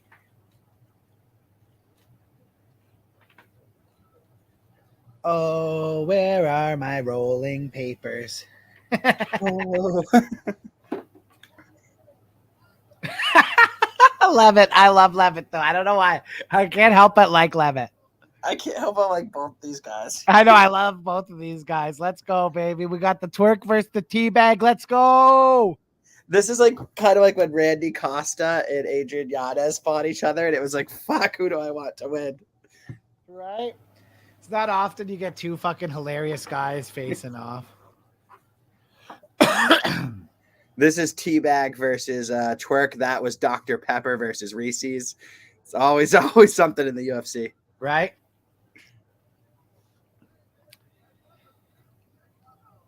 How does Paddy go from being the size of me down to 156 pounds? It's awesome. Like, look at my face, and then look when he's fat, and like his cheeks. Like, I'm a big fucking boy, and he like looks like a fucking chipmunk with nuts in his mouth. Oh, that is the craziest weight cut I've ever seen, ever. That's like some clenbuterol on clenbuterol. I thought it was photoshopped when he got that big. So did I. I thought it was fake. We are underway. We're underway. Here we go. Paddy Pimblett, Jordan Levitt.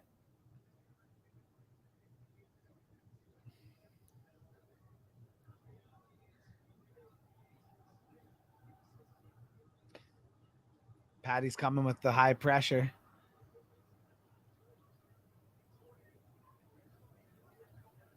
I'm surprised to see Levitt shoot so early. Yeah. Well, Levitt gets the takedown. Oh, and he gets the trip on Paddy, and he's got his back a little bit. Oh, no. Nice job by Paddy. Great job by Paddy. Bounced right back up.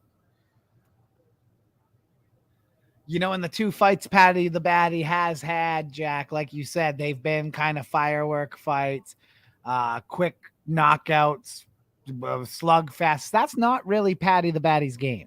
No. His specialty is actually his triangle. He even has a flying triangle he throws. Submission artist is Paddy's game.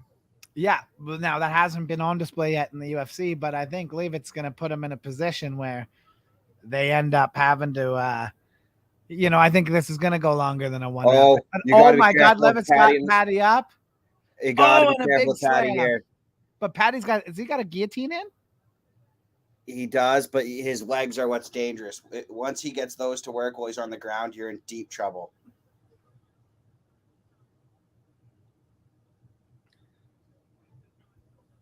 And Paddy's working those legs up. This is where Paddy becomes a nightmare. Uh-oh. Levitt needs to use the cage and get out of this a little bit. I think he's okay right now. Well, Paddy's going to use those legs to control Levitt.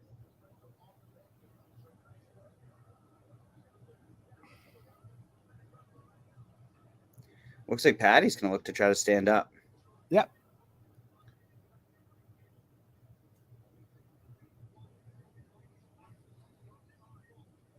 Jordan has Paddy up against the cage. Oh, and Paddy drops into a guillotine.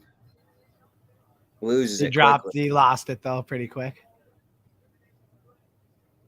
He's got the back of Paddy Pimblett. Can he do anything with it? We'll see.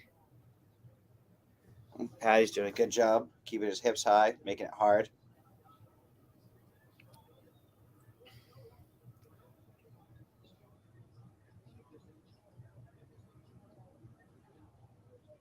Levitt tries a trip, doesn't get it, tries to throw a knee, and he gets Paddy down. Yep. Paddy quickly back up. Quickly back to his feet. Yep.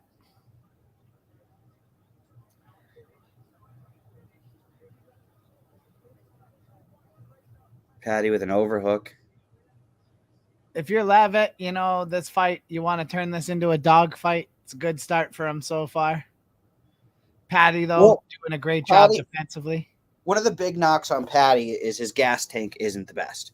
So if you can take him to the later rounds, we've seen Paddy look very, very human in the later rounds. I wonder if it has anything to do with gaining 50 pounds in 10 days after a fight. Well, even back when he didn't used to do that, he still had problems with his gas tank. I'm trying to think of who it was against. But I mean, who knows? I mean, he just didn't have the media on him, right? He might have been blowing up the same way his whole career. I love it. It's fucking awesome. Julian Erosa was the fight I was thinking about. He got taken to that third round. He got a controversial decision victory, but he looked really bad late in the fight when he gassed out.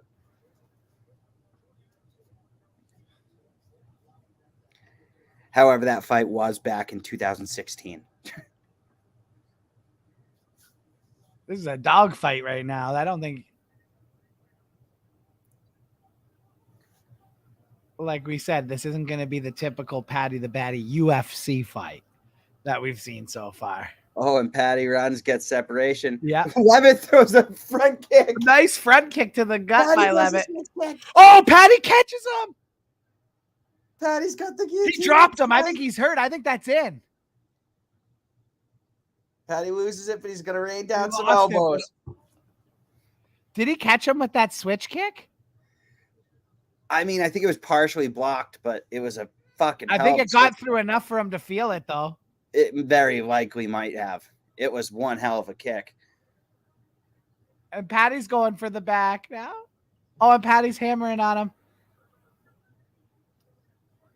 But it's Zach Morris saved by the bell. End of the what a fucking how do you score that round? That round was madness. I would hate to score that round. I don't get paid enough to score that round. Yeah, exactly. Me either. Fuck. That was like I was doing all the one championship Muay Thai fights yesterday. I can't even see their legs. They're moving so quickly half the time. How am I supposed to score it? Oh, I know. Those Muay Thai fighters, dude, like you don't even know where the kicks land. There was one fight, I think it was like 45 seconds in, I gave up. I was like, I don't know. Don't blame me. I'd give up too. I'm like, Buddy's legs are moving so quick. I can't even tell if they're hitting or not. How am I supposed to know? Daniel Cormier says Gustafson's done. He needs to walk away. Those shots are hard, but he used to eat those. The chin is gone. Walk away, my friend. We all have an expiration date. One of the best that not have a title. Couldn't agree more.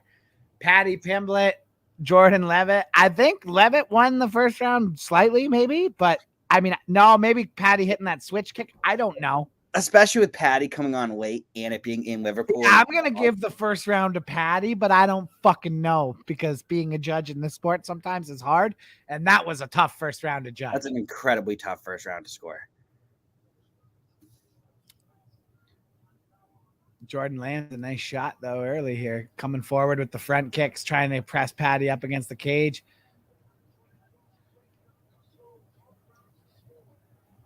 Even Bisping just said that's a tough round to score on the broadcast. So, yeah, how do you score that round?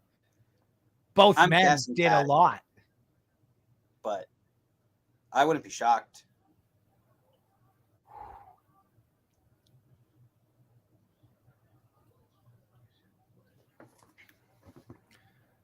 Levitt goes for the single leg, and Paddy does a great job defending it. He's up against the cage. Levitt's going to look to drop levels here and get another, maybe a double leg. It seems that both fighters feel they're the better grappler. They're very, like, this is a very even fight.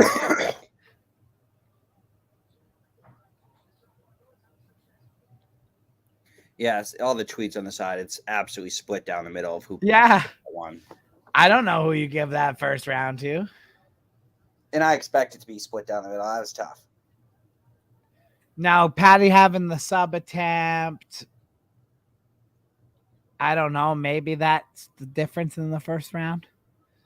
Like I said, I'm going to give it to Paddy by the edge, but I don't fucking know. There would be no situation where if this fight came to a decision and the judges gave Levitt the first round that I would be upset, though. No, absolutely not.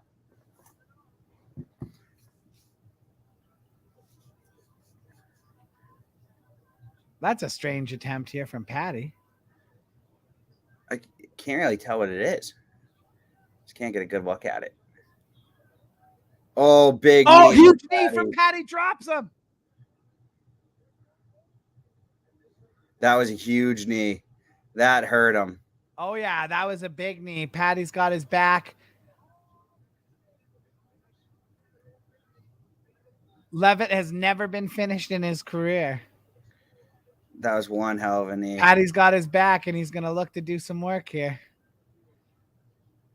2.5 minutes left in round number 2. Paddy the Baddy absolutely dropped him with that knee. That was a sneaky little knee. This is a long time. 2 minutes and 20 seconds to be here. And Paddy's getting the choke. It's over the chin. Yeah. Oh, it's getting under. It goes under. Yeah. He taps. It's all over. Paddy the Baddy. Submission victory. Oh, he teabagged him. He teabagged him. He did the teabag. Paddy the Baddy Pimblett. And Dave Portnoy again. Molly McCann, Dave Portnoy, they run right outside the octagon. Yep. Wow. On the shoulders again. Paddy Pimblett, what a finish. Submission victory. He's on the shoulders of Molly McCann getting run around.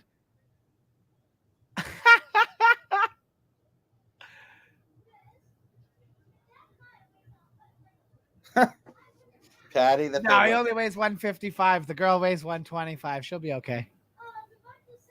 Calvin's like, how is he on her back?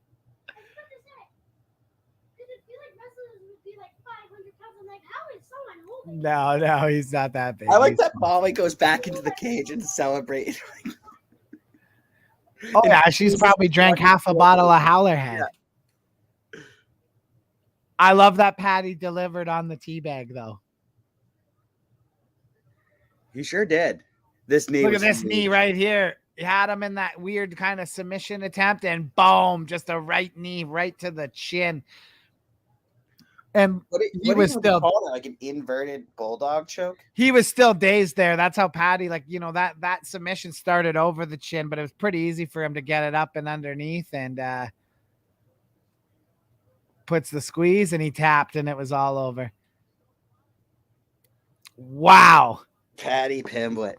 The English fighters are turning out today. I think I'm going Aspinall over Blaydes. Jack was like, oh, it's a bad match. I'm going Aspinall tonight. Right? Like, honestly, it just feels like the Liverpool ain't going to lose today. We got anarchy in the UK today, baby. I love Paddy and him. They're embracing after. They're laughing. You can't really be mad at a guy for doing the teabag on you when you legitimately twerk on people after you win. You can't be upset. It sucks getting teabagged, but.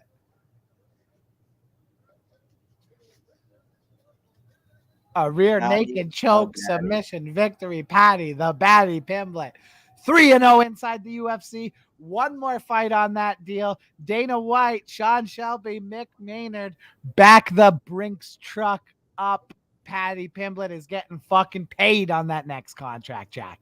Oh, 100% he is.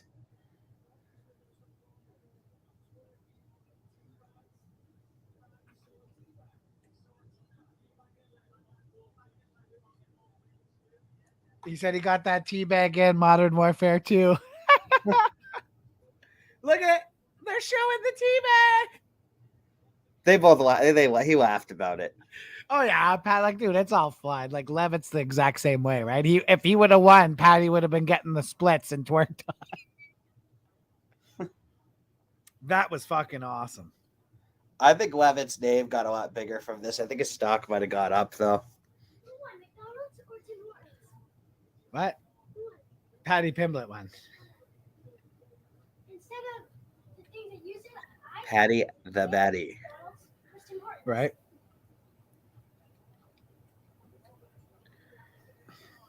Now we got Jack Hermanson versus Chris Curtis, who took the fight on short notice. Jack, I want to ask you something. Kyle Nelson, local guy to where I am, takes a loss on the prelims today. I watched the fight. I see a post here. Thanks for the support, everyone. I feel like I was the better opponent everywhere in that fight.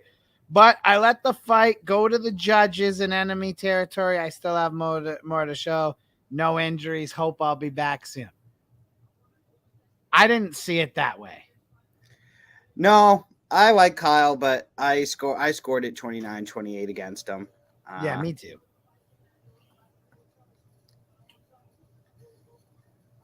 Yeah, I don't think that was the judge's responsibility there.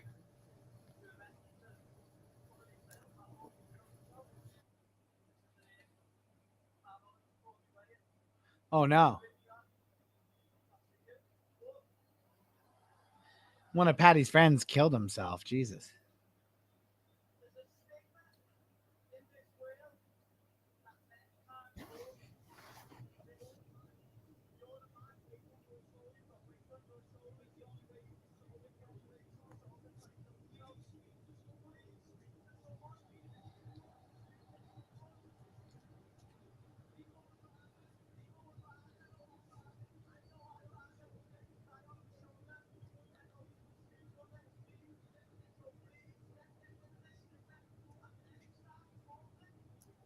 Yeah, Paddy the Batty lost a friend to suicide 5 hours before the weigh-in, he said. Jesus.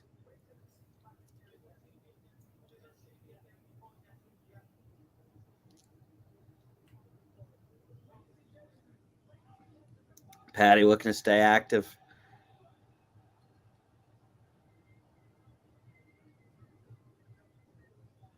Paddy the Batty. Great guy. Did it for his friend tonight. That's awesome.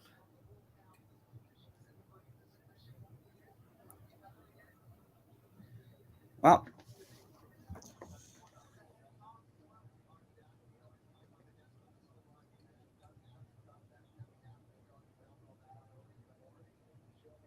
Molly McCann still got the howler head bottle in of course hand. she does.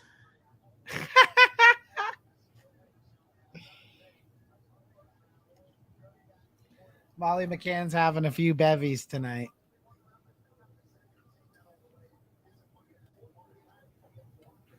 And Paddy's crying now, leaving the octagon. You can tell that was weighing on him. Losing a friend, tough situation, especially right before a fight. And yeah, a lot of emotions go into these fights. So good for Paddy, man. 3-0 inside the UFC. I wonder what's next. Probably still not quite a ranked opponent yet, I would guess. I think he's going to take his time. Wow.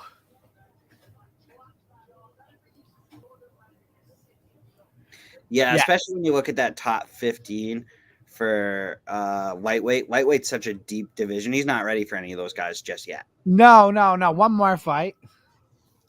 1, 2, maybe 2 more fights. Because even if you look at how stacked the lightweight division is, let's take a look at this.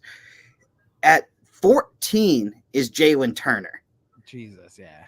I mean, he's not ready for that yet, and that's probably 2 fights away. That division. Yeah. I think that's actually a great fight for his, not the next fight, but the one after Jalen Turner. Test Paddy's chin. Right.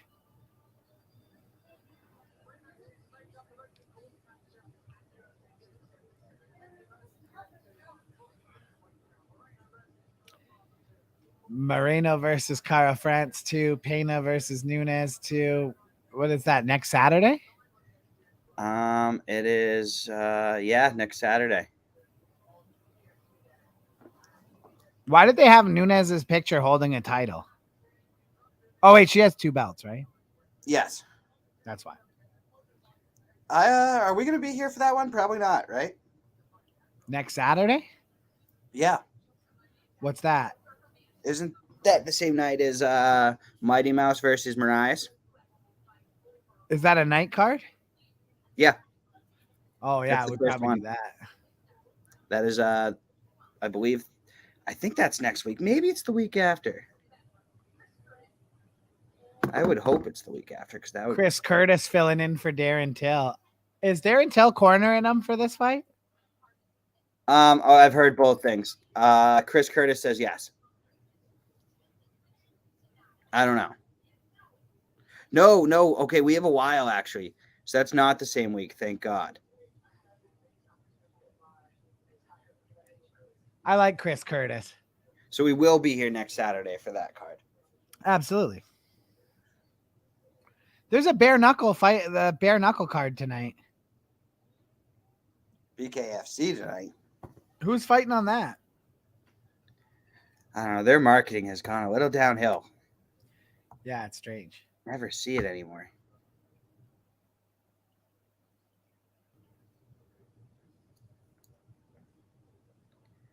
Oh, Barnett's fighting.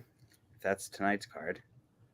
August 20th is the good card for BKFC. What's that?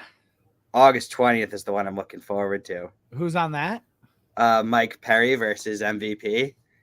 That's going to be awesome. When is Taylor Starling fighting what's her name for the belt? No idea.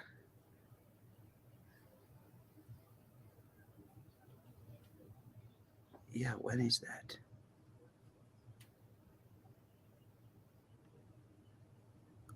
Would that be London? Maybe? Oh, Paige Van Zant's back on the London card. Yep. That London card's, I actually love that card. Definitely catching that one. That's the same day as Glory Kickboxing, too. Albuquerque is when. So, August 27th. Okay. Which is when everything is on. Moreno and Kai Kara France, too. August 27th is the same night as One Championship. That's the same night. Makes sense.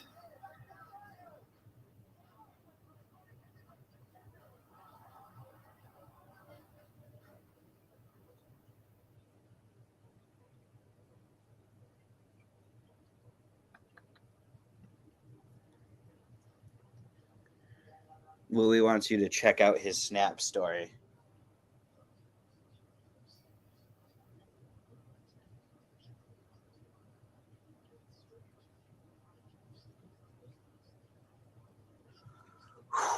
All right. I'm ready. I'm ready for this next fight. Let's get the show on the road. Let's get some Jack Hermanson violence in the building. Absolutely.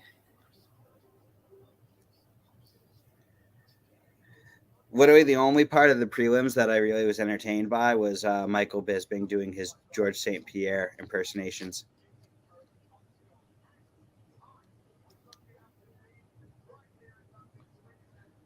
That's crazy, man. That was a crazy fucking fight there for Pimblett. Yeah, Paddy keeps moving up. I'd like to see who's the guy that he threw the hand sanitizer bottle at. Tapuria or whatever. Yeah, Tapuria. That's what we need to see next.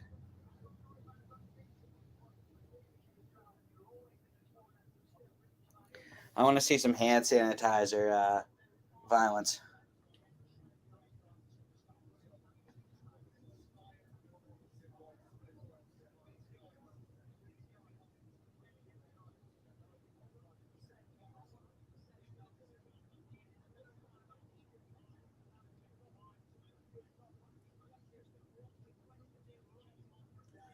Oh, Jesus Christ, let's go.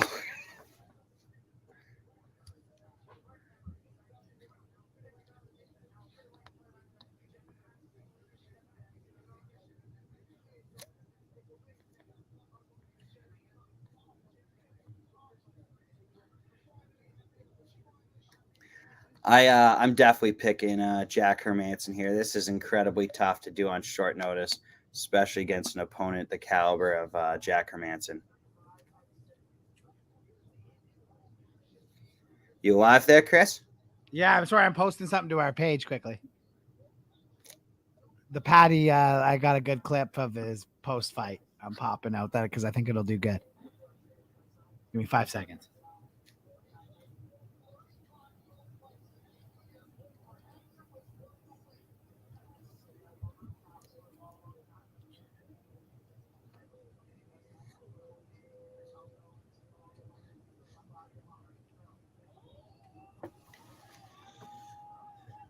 Chris Curtis is going to need some of that one punch power.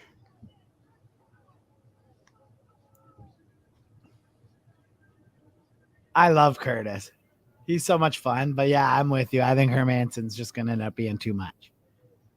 I mean, the fact that like Chris Curtis is taking this fight on short notice, though, is exactly why we all love Chris Curtis. Yeah, I feel that.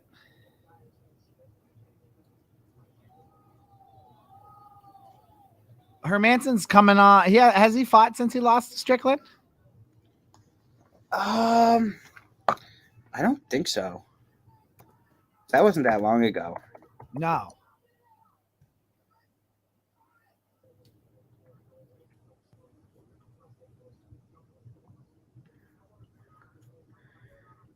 No, that was his last fight.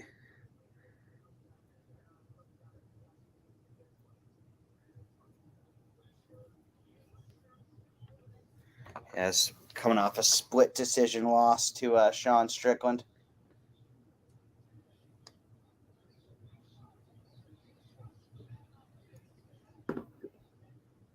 Jack Hermansson. He is so good. Oh. Yeah, we're going to need to see it tonight. You think Hermansson gets a submission in this one? I was going to go with decision. Yeah.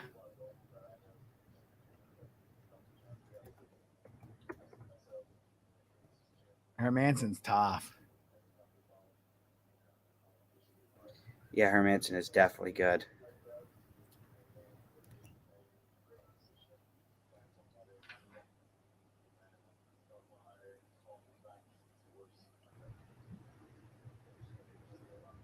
I mean, Chris Curtis only does have one loss by submission.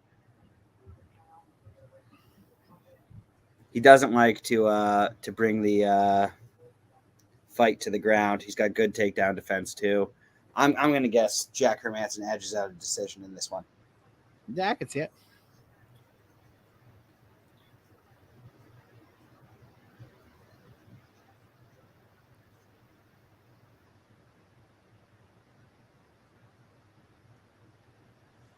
Whew, they're taking their sweet time to bring us this holy one. Man.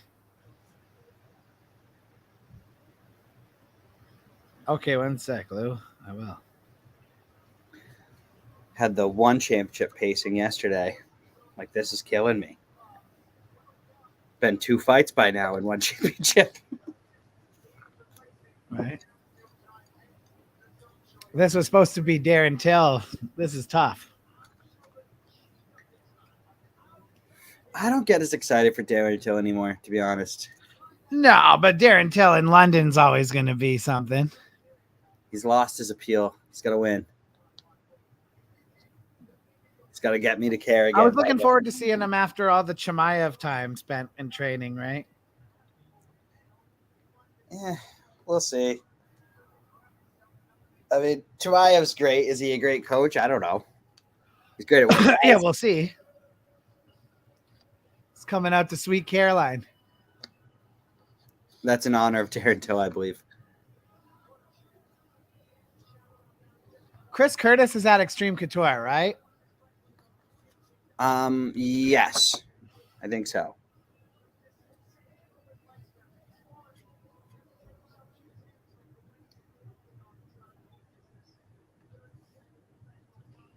Yeah, there's Nitzik.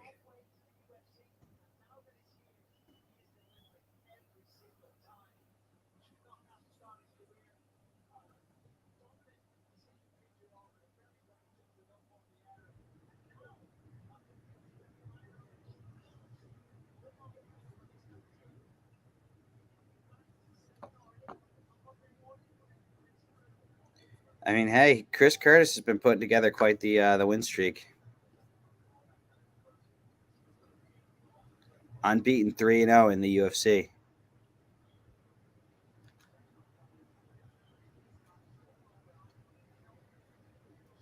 Yeah, after back in 2019, he lost 3 in a row on PFL. Has been undefeated in his UFC career. Love it. Chris Curtis has the fans right into it. Oh, what are they showing you walkouts right now? Chris? What's that? Are they showing you walkouts right now? Yeah. I've got footy ads. Oh, do you? Yeah. Hermansson's already making the jog out. I ain't getting shit.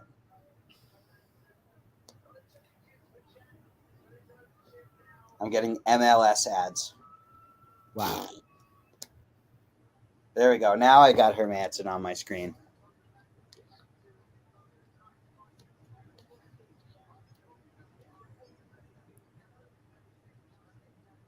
Ten first-round finishes in the career of Jack Hermansson. Finished 17 of 22 wins, 11 knockouts, 6 submissions. I think we could see a knockout here. I think that's the more possible thing. I just don't see Curtis getting taken down. Well, yeah, that'll be interesting.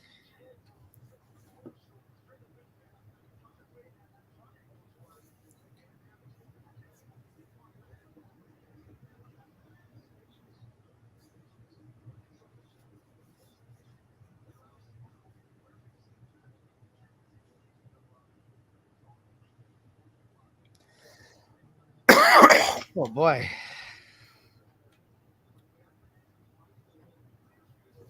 Should have made Paddy the co-main.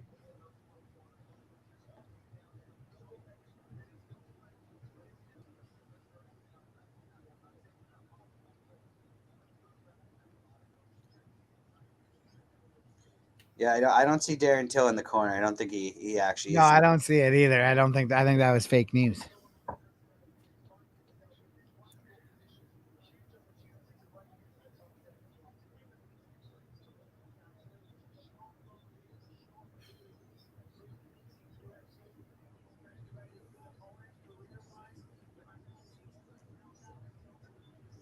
Chris Curtis usually wins pretty fast. Like he usually wins pretty quickly, doesn't he? Let's see, in the UFC, Chris Curtis has 2 first-round finishes, or no, 1 first-round finish, 1 second round, and 1 decision. So okay, this is just a pick'em fight too.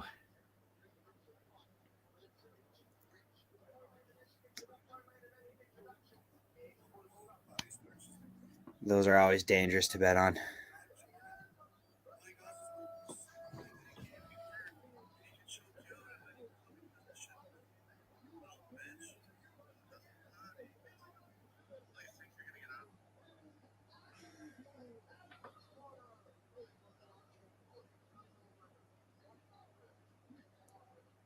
He opened the odds as an underdog, and now it's a pick'em.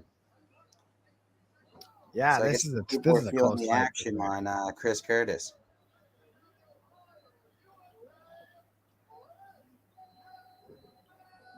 The action man fighting out of Ohio. Little Ohio love.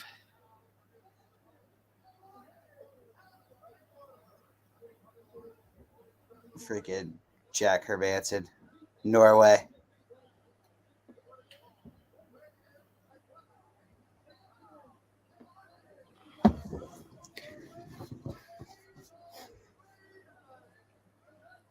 Jack Hermansson time.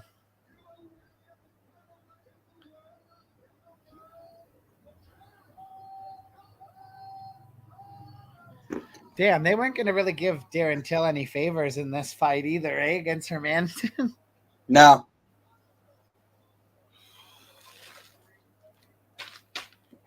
Mark Goddard.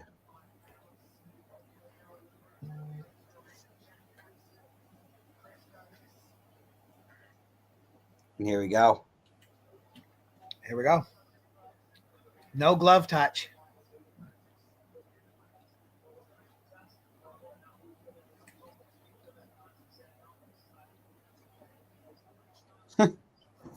Yeah, it was Hermanson that didn't want to touch gloves. Yep.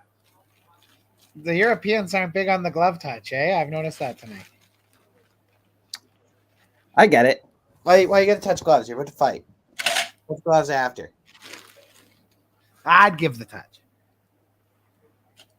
Unless it was really a heated lead in. I mean, I probably would, but I don't give a shit if they don't. Yeah. I don't think it's as disrespectful as people think about it. Think it is.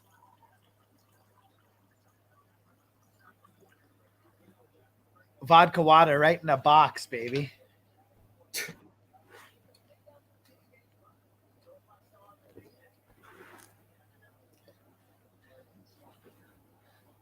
Nothing better than a little vodka water in a box. Vodka water in a box. Is it vodka soda in a box or is it vodka water? It's just vodka water with a little bit of raspberry lime. That doesn't sound like my cup of tea.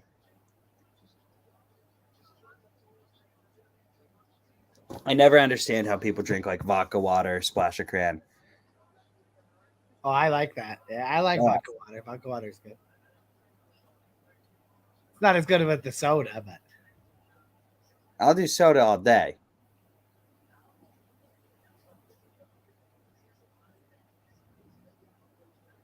Oh, Hermanson throwing a powerful right leg. Yeah, he had a lot of intention and power behind that right leg. Holy shit.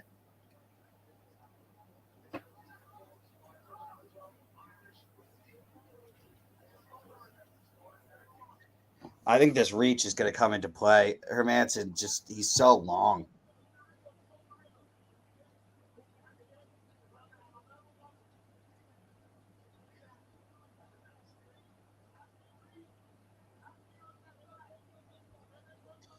Yeah, Hermanson's just able to keep Chris Curtis away with his reach and his length, especially when he throws that front kick.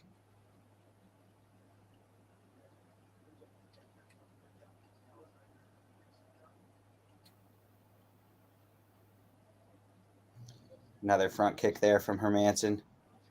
Leg kick.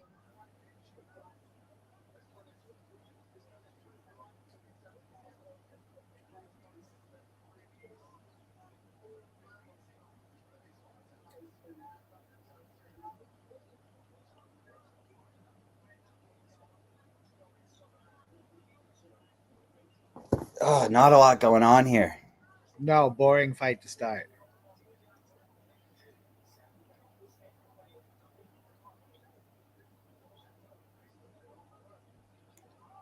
A lot of leg kicks from Hermanson. Still keeping Chris Curtis away with that front kick.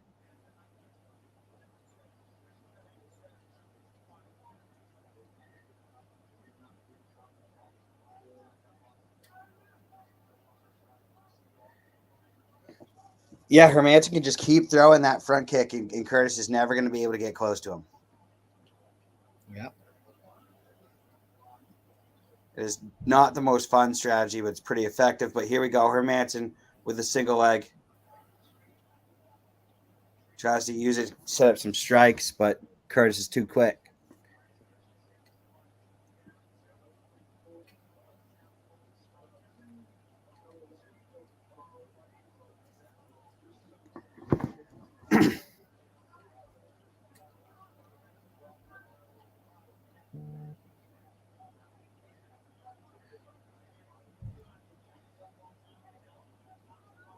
Oh, good right hand there from Hermanson.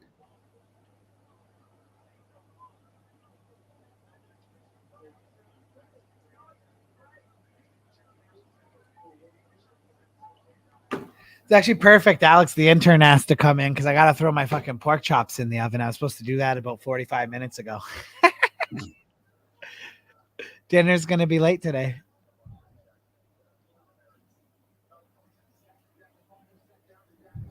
And the end of round 1, 10-9. Yeah, I don't know. Not a very exciting first round.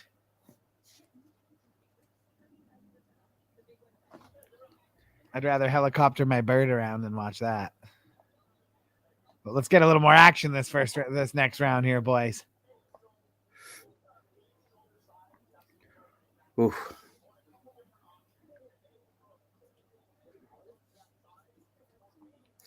Yeah, that was a tough fight to watch. Flashback to the prelims of this one. Right. The rest of the fights have been absolutely fire, but. And I mean, it's a smart strategy by Hermansson. It's just so boring to watch. He's just using that front kick to not let Chris Curtis do anything. Right.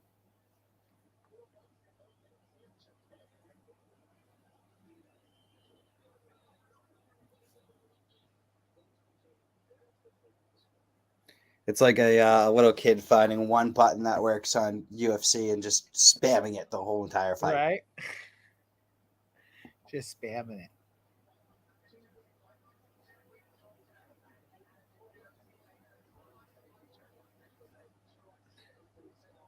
It's my dick in a box.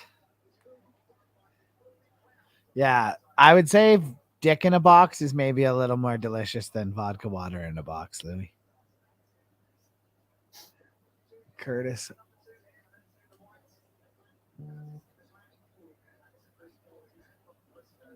There's only a 3-round fight? Yes. Okay, good. So far, what I've seen, we don't need 5 rounds of this.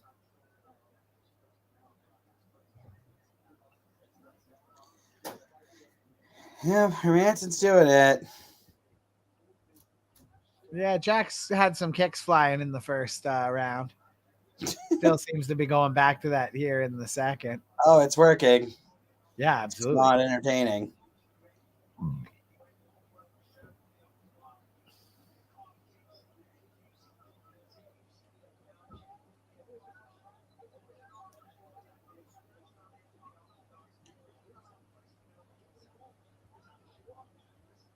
If Chris Curtis can get inside, he's got to throw with absolutely everything he can because he's not getting that many opportunities. Yeah. Hermansson's landing 94% of the leg kicks he's thrown in this fight. Definitely, like you said, not entertaining, but effective. Yes. Yep, just push kick to the stomach. He felt that.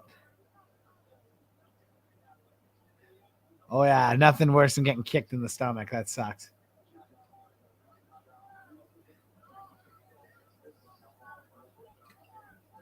I think Chris Curtis is starting to get frustrated. He is frustrated, yeah.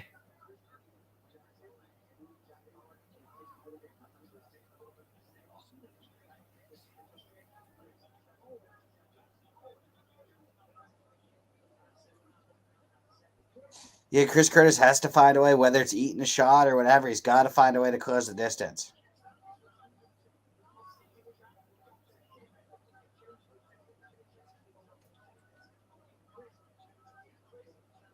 Yeah. I know we talked earlier about how Chris Curtis does have that great takedown defense, but he almost might want to sell out about it and risk being taken down because there's no way he's going to win this fight fighting on the outside. No, and Hermansson's just like, he's trying to pick up a W here. Like, he's fighting very smart. This is the first time I've really seen him come forward, and he rocks him. Yeah. He had to take the risk. Oh, those elbows. Hermansson just throwing elbows.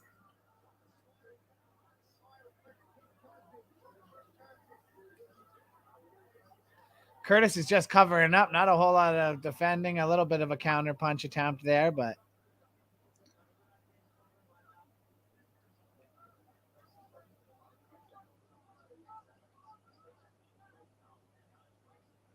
Jeez, those elbows were meant to do some damage.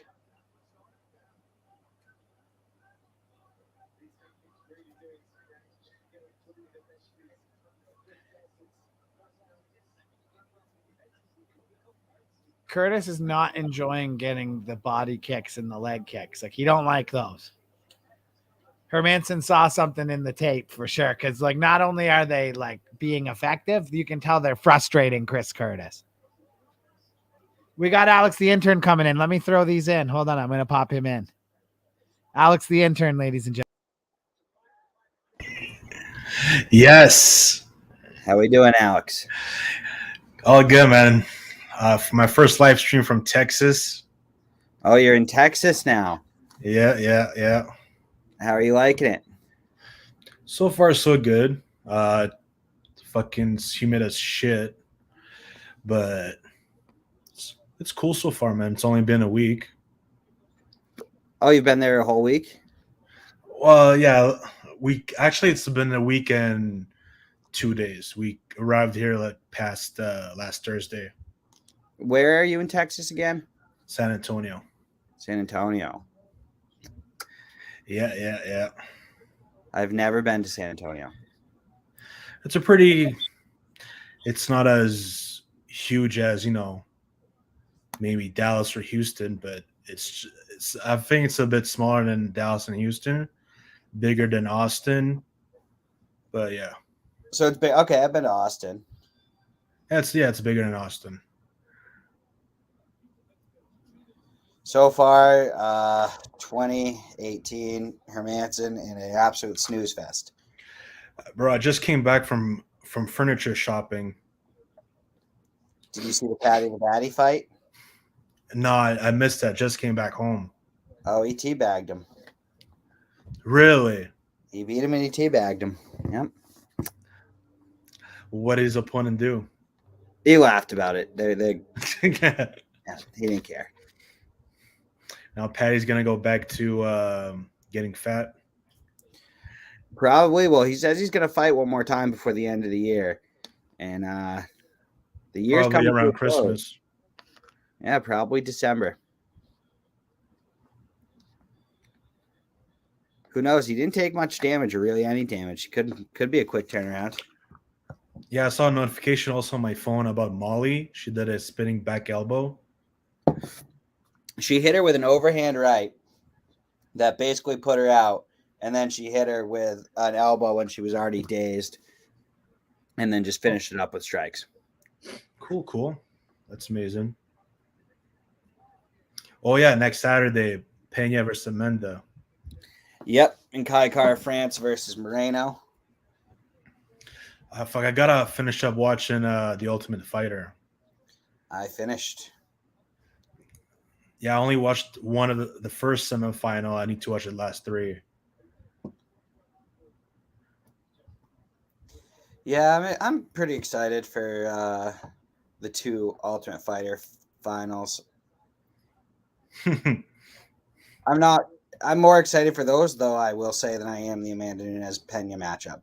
Yeah, I'm definitely after the main event here. I'm gonna hop off and finish up the Ultimate Fighter.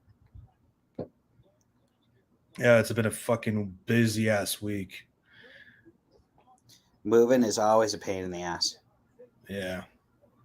Chris Curtis looks like he's actually able to fight in this round. Hermanson's not completely spamming that leg yet.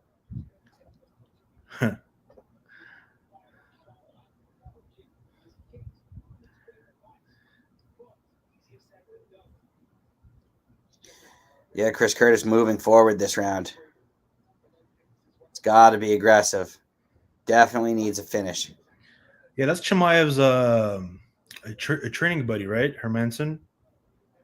I would guess so, or maybe not. Yeah, because they're both in Sweden, right? Yeah. Before Till, it was Hermanson. I'm sure they're still training together as well.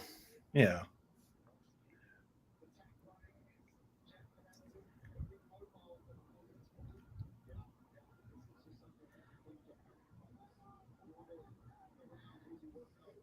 I can't wait for the main event, though. Let's see what Aspinall has against. Yeah, that I'm excited for, but this fight stunk.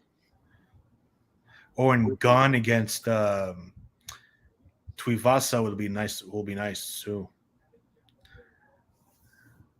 Cyril Gane versus Tuivasa. Yeah. When is that? I believe that's in August.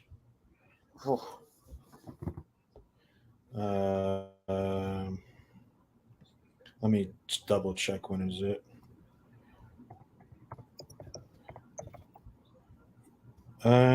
That's actually September 3rd. I think that's a little bit too much for Tai Tuivasa to bite off. And it's a UFC fight night. It's not even a UFC event. And the co-main event is Robert Whittaker against Vettori. That's a hell of a fight night. Oh, and John Makdessi against Nasrat Haqparast. They both have a beef going on. Where is that fight taking place? Good question. Oh, and Nasruddin Imavov against Buckley. That's gonna be sick too.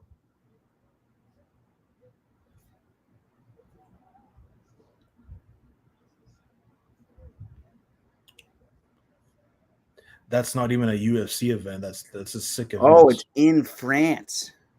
That's Yeah. where that's going down. Yeah, they did it for Gunn. He requested France.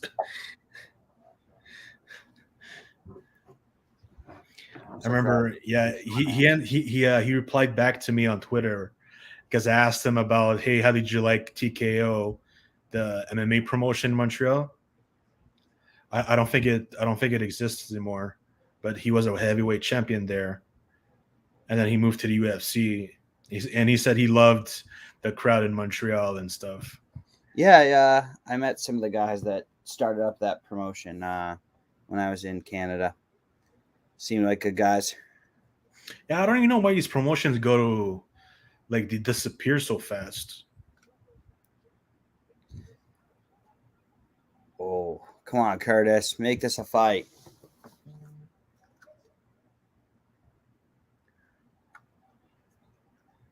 $37 seconds left, and Curtis needs a miracle.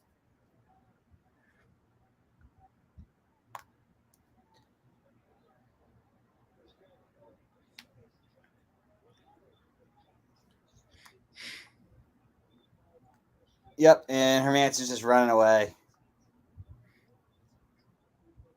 Chris Curtis talking shit, but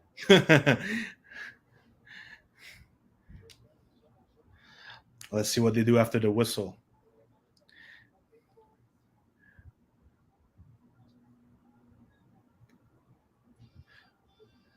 Oh yeah. Oh yeah. Double middle finger. Chris Curtis wins in the court of public opinion, but Hermansson's going to get the W. What a shit fight. What a shit way to fight. Bullshit. Fuck you, Jack Hermansson. I'm with Chris Curtis. I don't fucking care. Fuck you, Jack Hermansson. Oh yeah, they're still going after it. They should be. I'd be pissed. Bro, this is a potential backstage fight. I don't think potential. I mean, if I'm Chris Curtis's team, I would probably be ready to go. I can understand how frustrating that would be. Oh, that fight was horrible to watch. Oh yeah.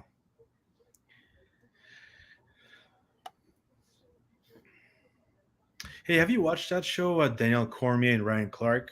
I'm not going to ever listen to Ryan Clark try to speak about mixed martial arts. Yeah, I don't understand how they gave him the job. Yeah, I'm not doing it. Oh, they're not going to let Chris Curtis in here, are they? No. Oh, Chris Curtis is heading over.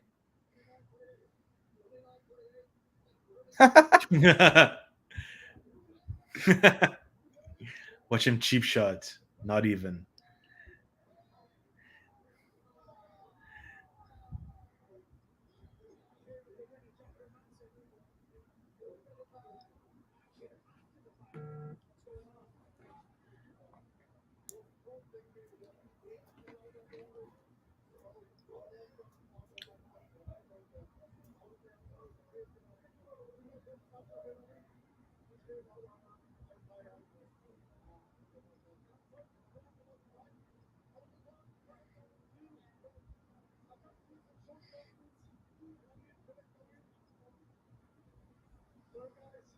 He apologizes for the boringness of the fight. Says he got the short notice opponent and he needed to collect a win. Ugh. Ugh. That was horrible.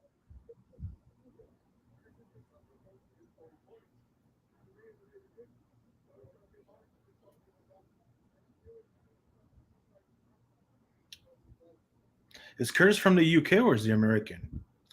Chris Curtis is American. He's from Ohio.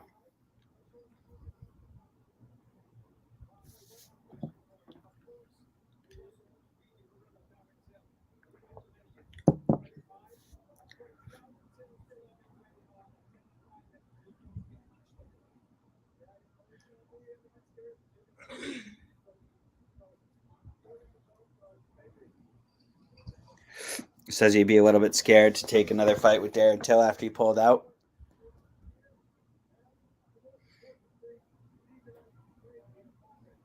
Yep, legalize MMA in Norway. Like that, though. Good statement there from Jack Hermanson after a shit fight. I don't understand how they're going to. How is boxing legal but not MMA? Yeah. Matt, you're going to get shit-faced? Or kickboxing. Like kickboxing, how are you going to legalize kickboxing but not MMA? Because they don't actually know what it is. It's just people making laws that don't actually ever watch it. Chimaev against Diaz. That's Diaz's fucking funeral, eh? Oh, talking tough there. You say that to his face? I don't think you would. That's definitely a tough fight for Nate. You know what? If I had a little spare $20 to put in, I'll put $20 on Diaz on this fight. I don't really see a path to victory for Diaz, but if he goes the distance with Chimaev, he's an absolute badass. Yeah, we've seen how Chimaev's cardio is not that good. We saw it against Burns. Who knows? Maybe it's just because he's not used to fighting that long. But he certainly was struggling a little bit against Burns in the end. I remember him going all out in first round, trying to knock him out with haymakers.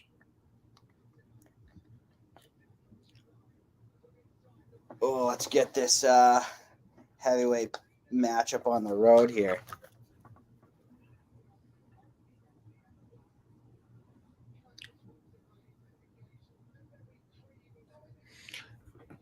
And where do you think Diaz is going to go after this fight? Do you think he's going to go to Triller, get those circus fights?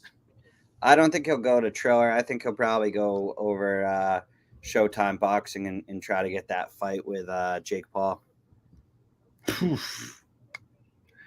Yeah, but wouldn't Jake Paul be on Triller, though? No, he hasn't been on Triller for a little over a year. Wait, what was that promotion he was on last time? Showtime. That was Showtime? Yes.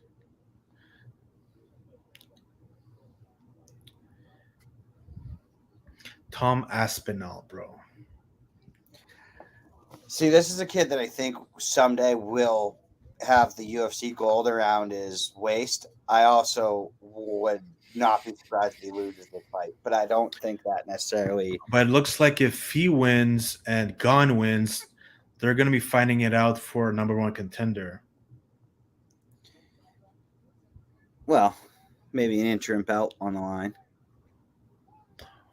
Yeah, because the interim belt is going to be on the line, right? Because Ngannou can't fight. Yes.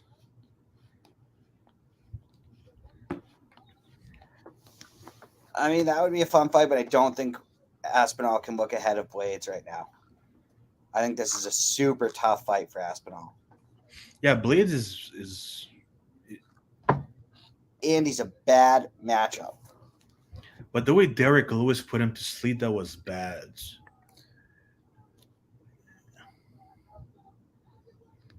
Oof.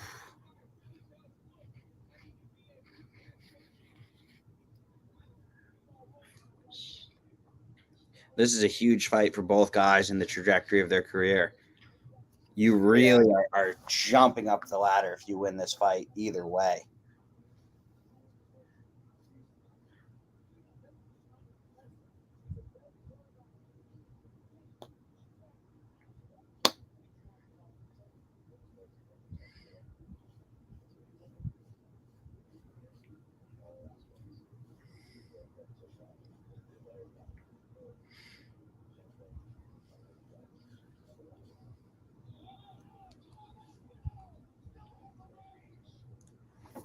Oh.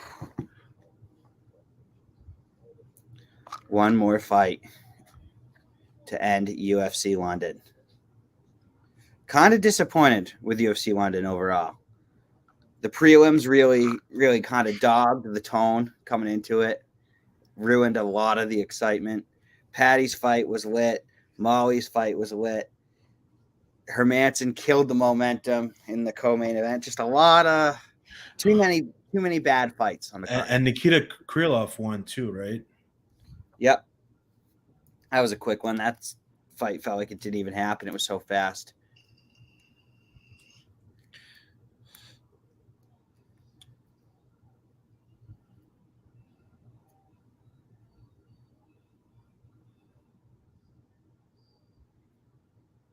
Here comes. Yeah, how the fuck did Paul Craig lose though?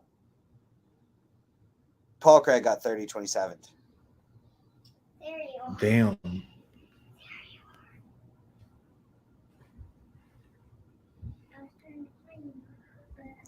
Paul Craig had like 18 takedown attempts and got stuffed 18 times. Yeah, well, it says 15 on Google, but 15 probably. Yeah, I might be. yeah, he's more of a grappler shit. I remember. Do you remember his last fight when he looked like he was gonna lose and then came back and got the submission? If you told me who it was against, I might.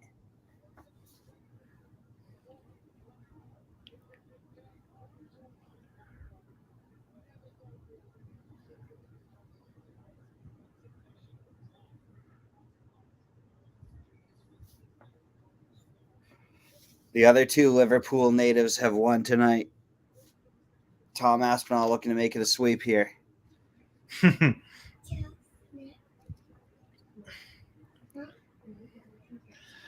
Yeah, what do you think of Makayev though?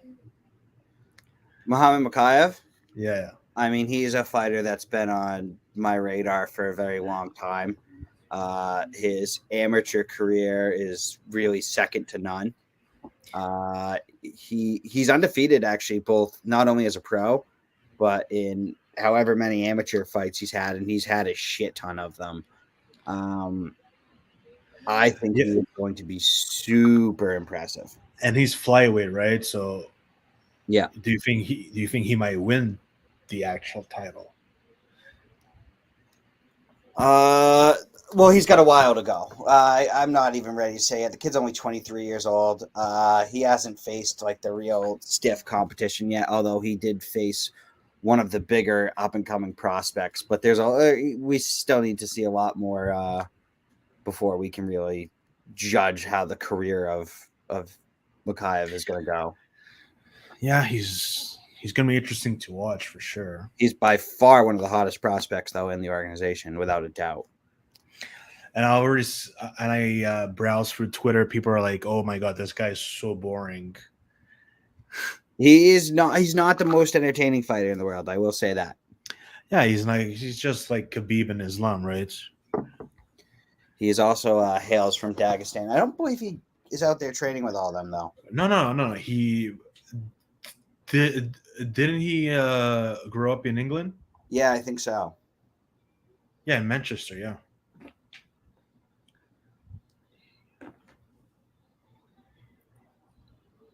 And Curtis Blaydes coming out to the Mortal Kombat theme song like always.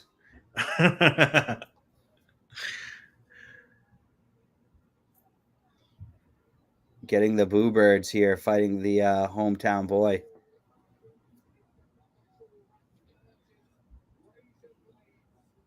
People are touching him, man. Yeah, the security hasn't been great. They've kind of been touching everybody. It seems like the people I've had. The fans have been pretty well behaved.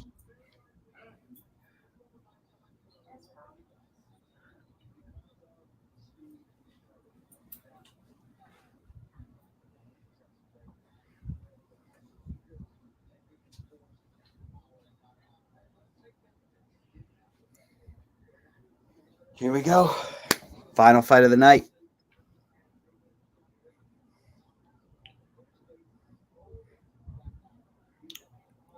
Is Chris gone for the rest? I would guess so.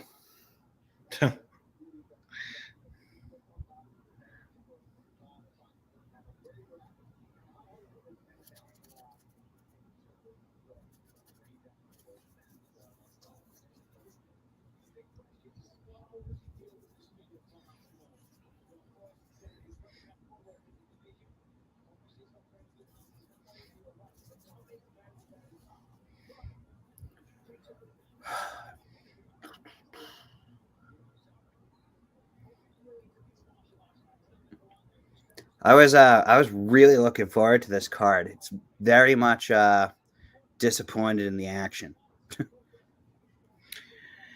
Yeah, but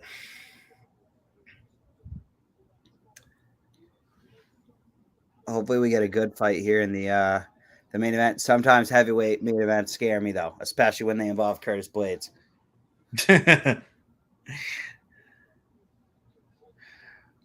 we hearing your famous England chants. They love chanting in England, man. They really do it. They've been going on all night long.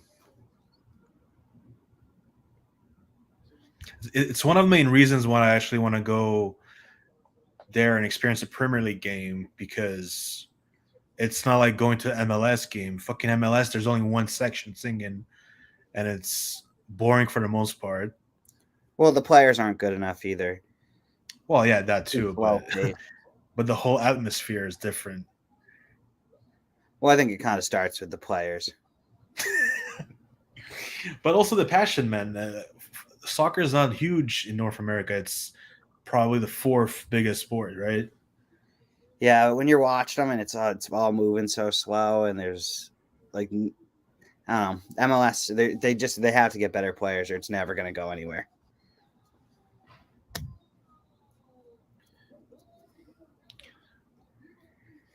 Here we go.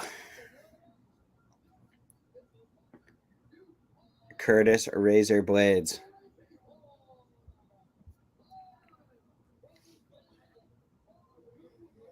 Oh, two.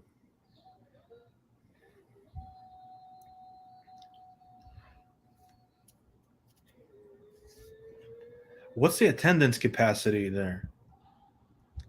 I do not know. I am not from England. Let me do a quick research.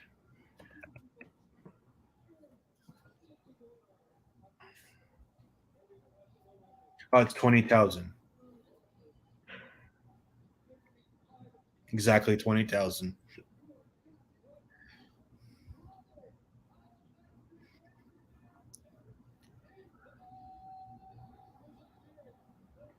Tyson Fury says, "Let's go, Tom Aspinall." Oh yeah, the Brits are behind him.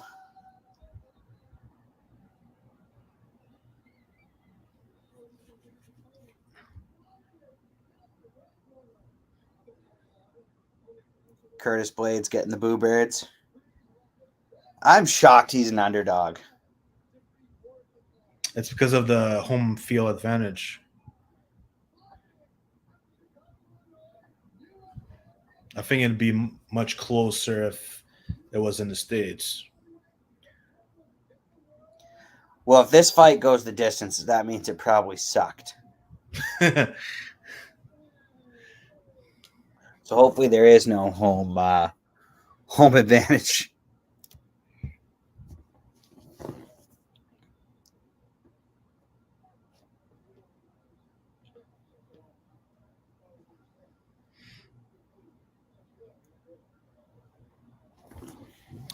Well, Aspinall is pretty explosive. I have doubts for this going to distance. I'm just hoping Curtis Blaydes doesn't get a takedown in the first 5 seconds. Yeah. Here we go.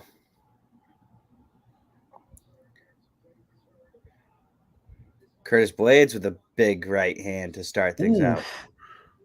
Oh yeah, this fight doesn't sound like it's gonna be a boring one. Ooh! Oh! His knee's gone. Jinked the shit out of that. His knee's gone. Whoa, that's a fucking disappointing event.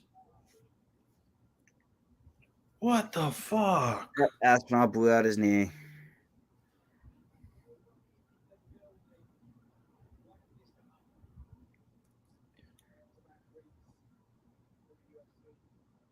Back-to-back weeks, it's true. Yep. Same thing last week. Last week it was a shoulder. This week it's a knee. Is this a curse starting?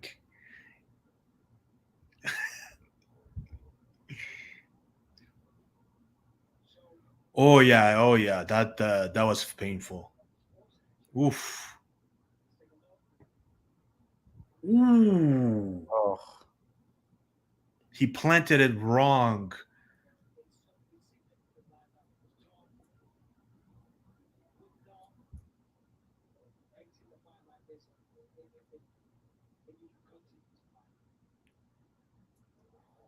Well, that is just terrible.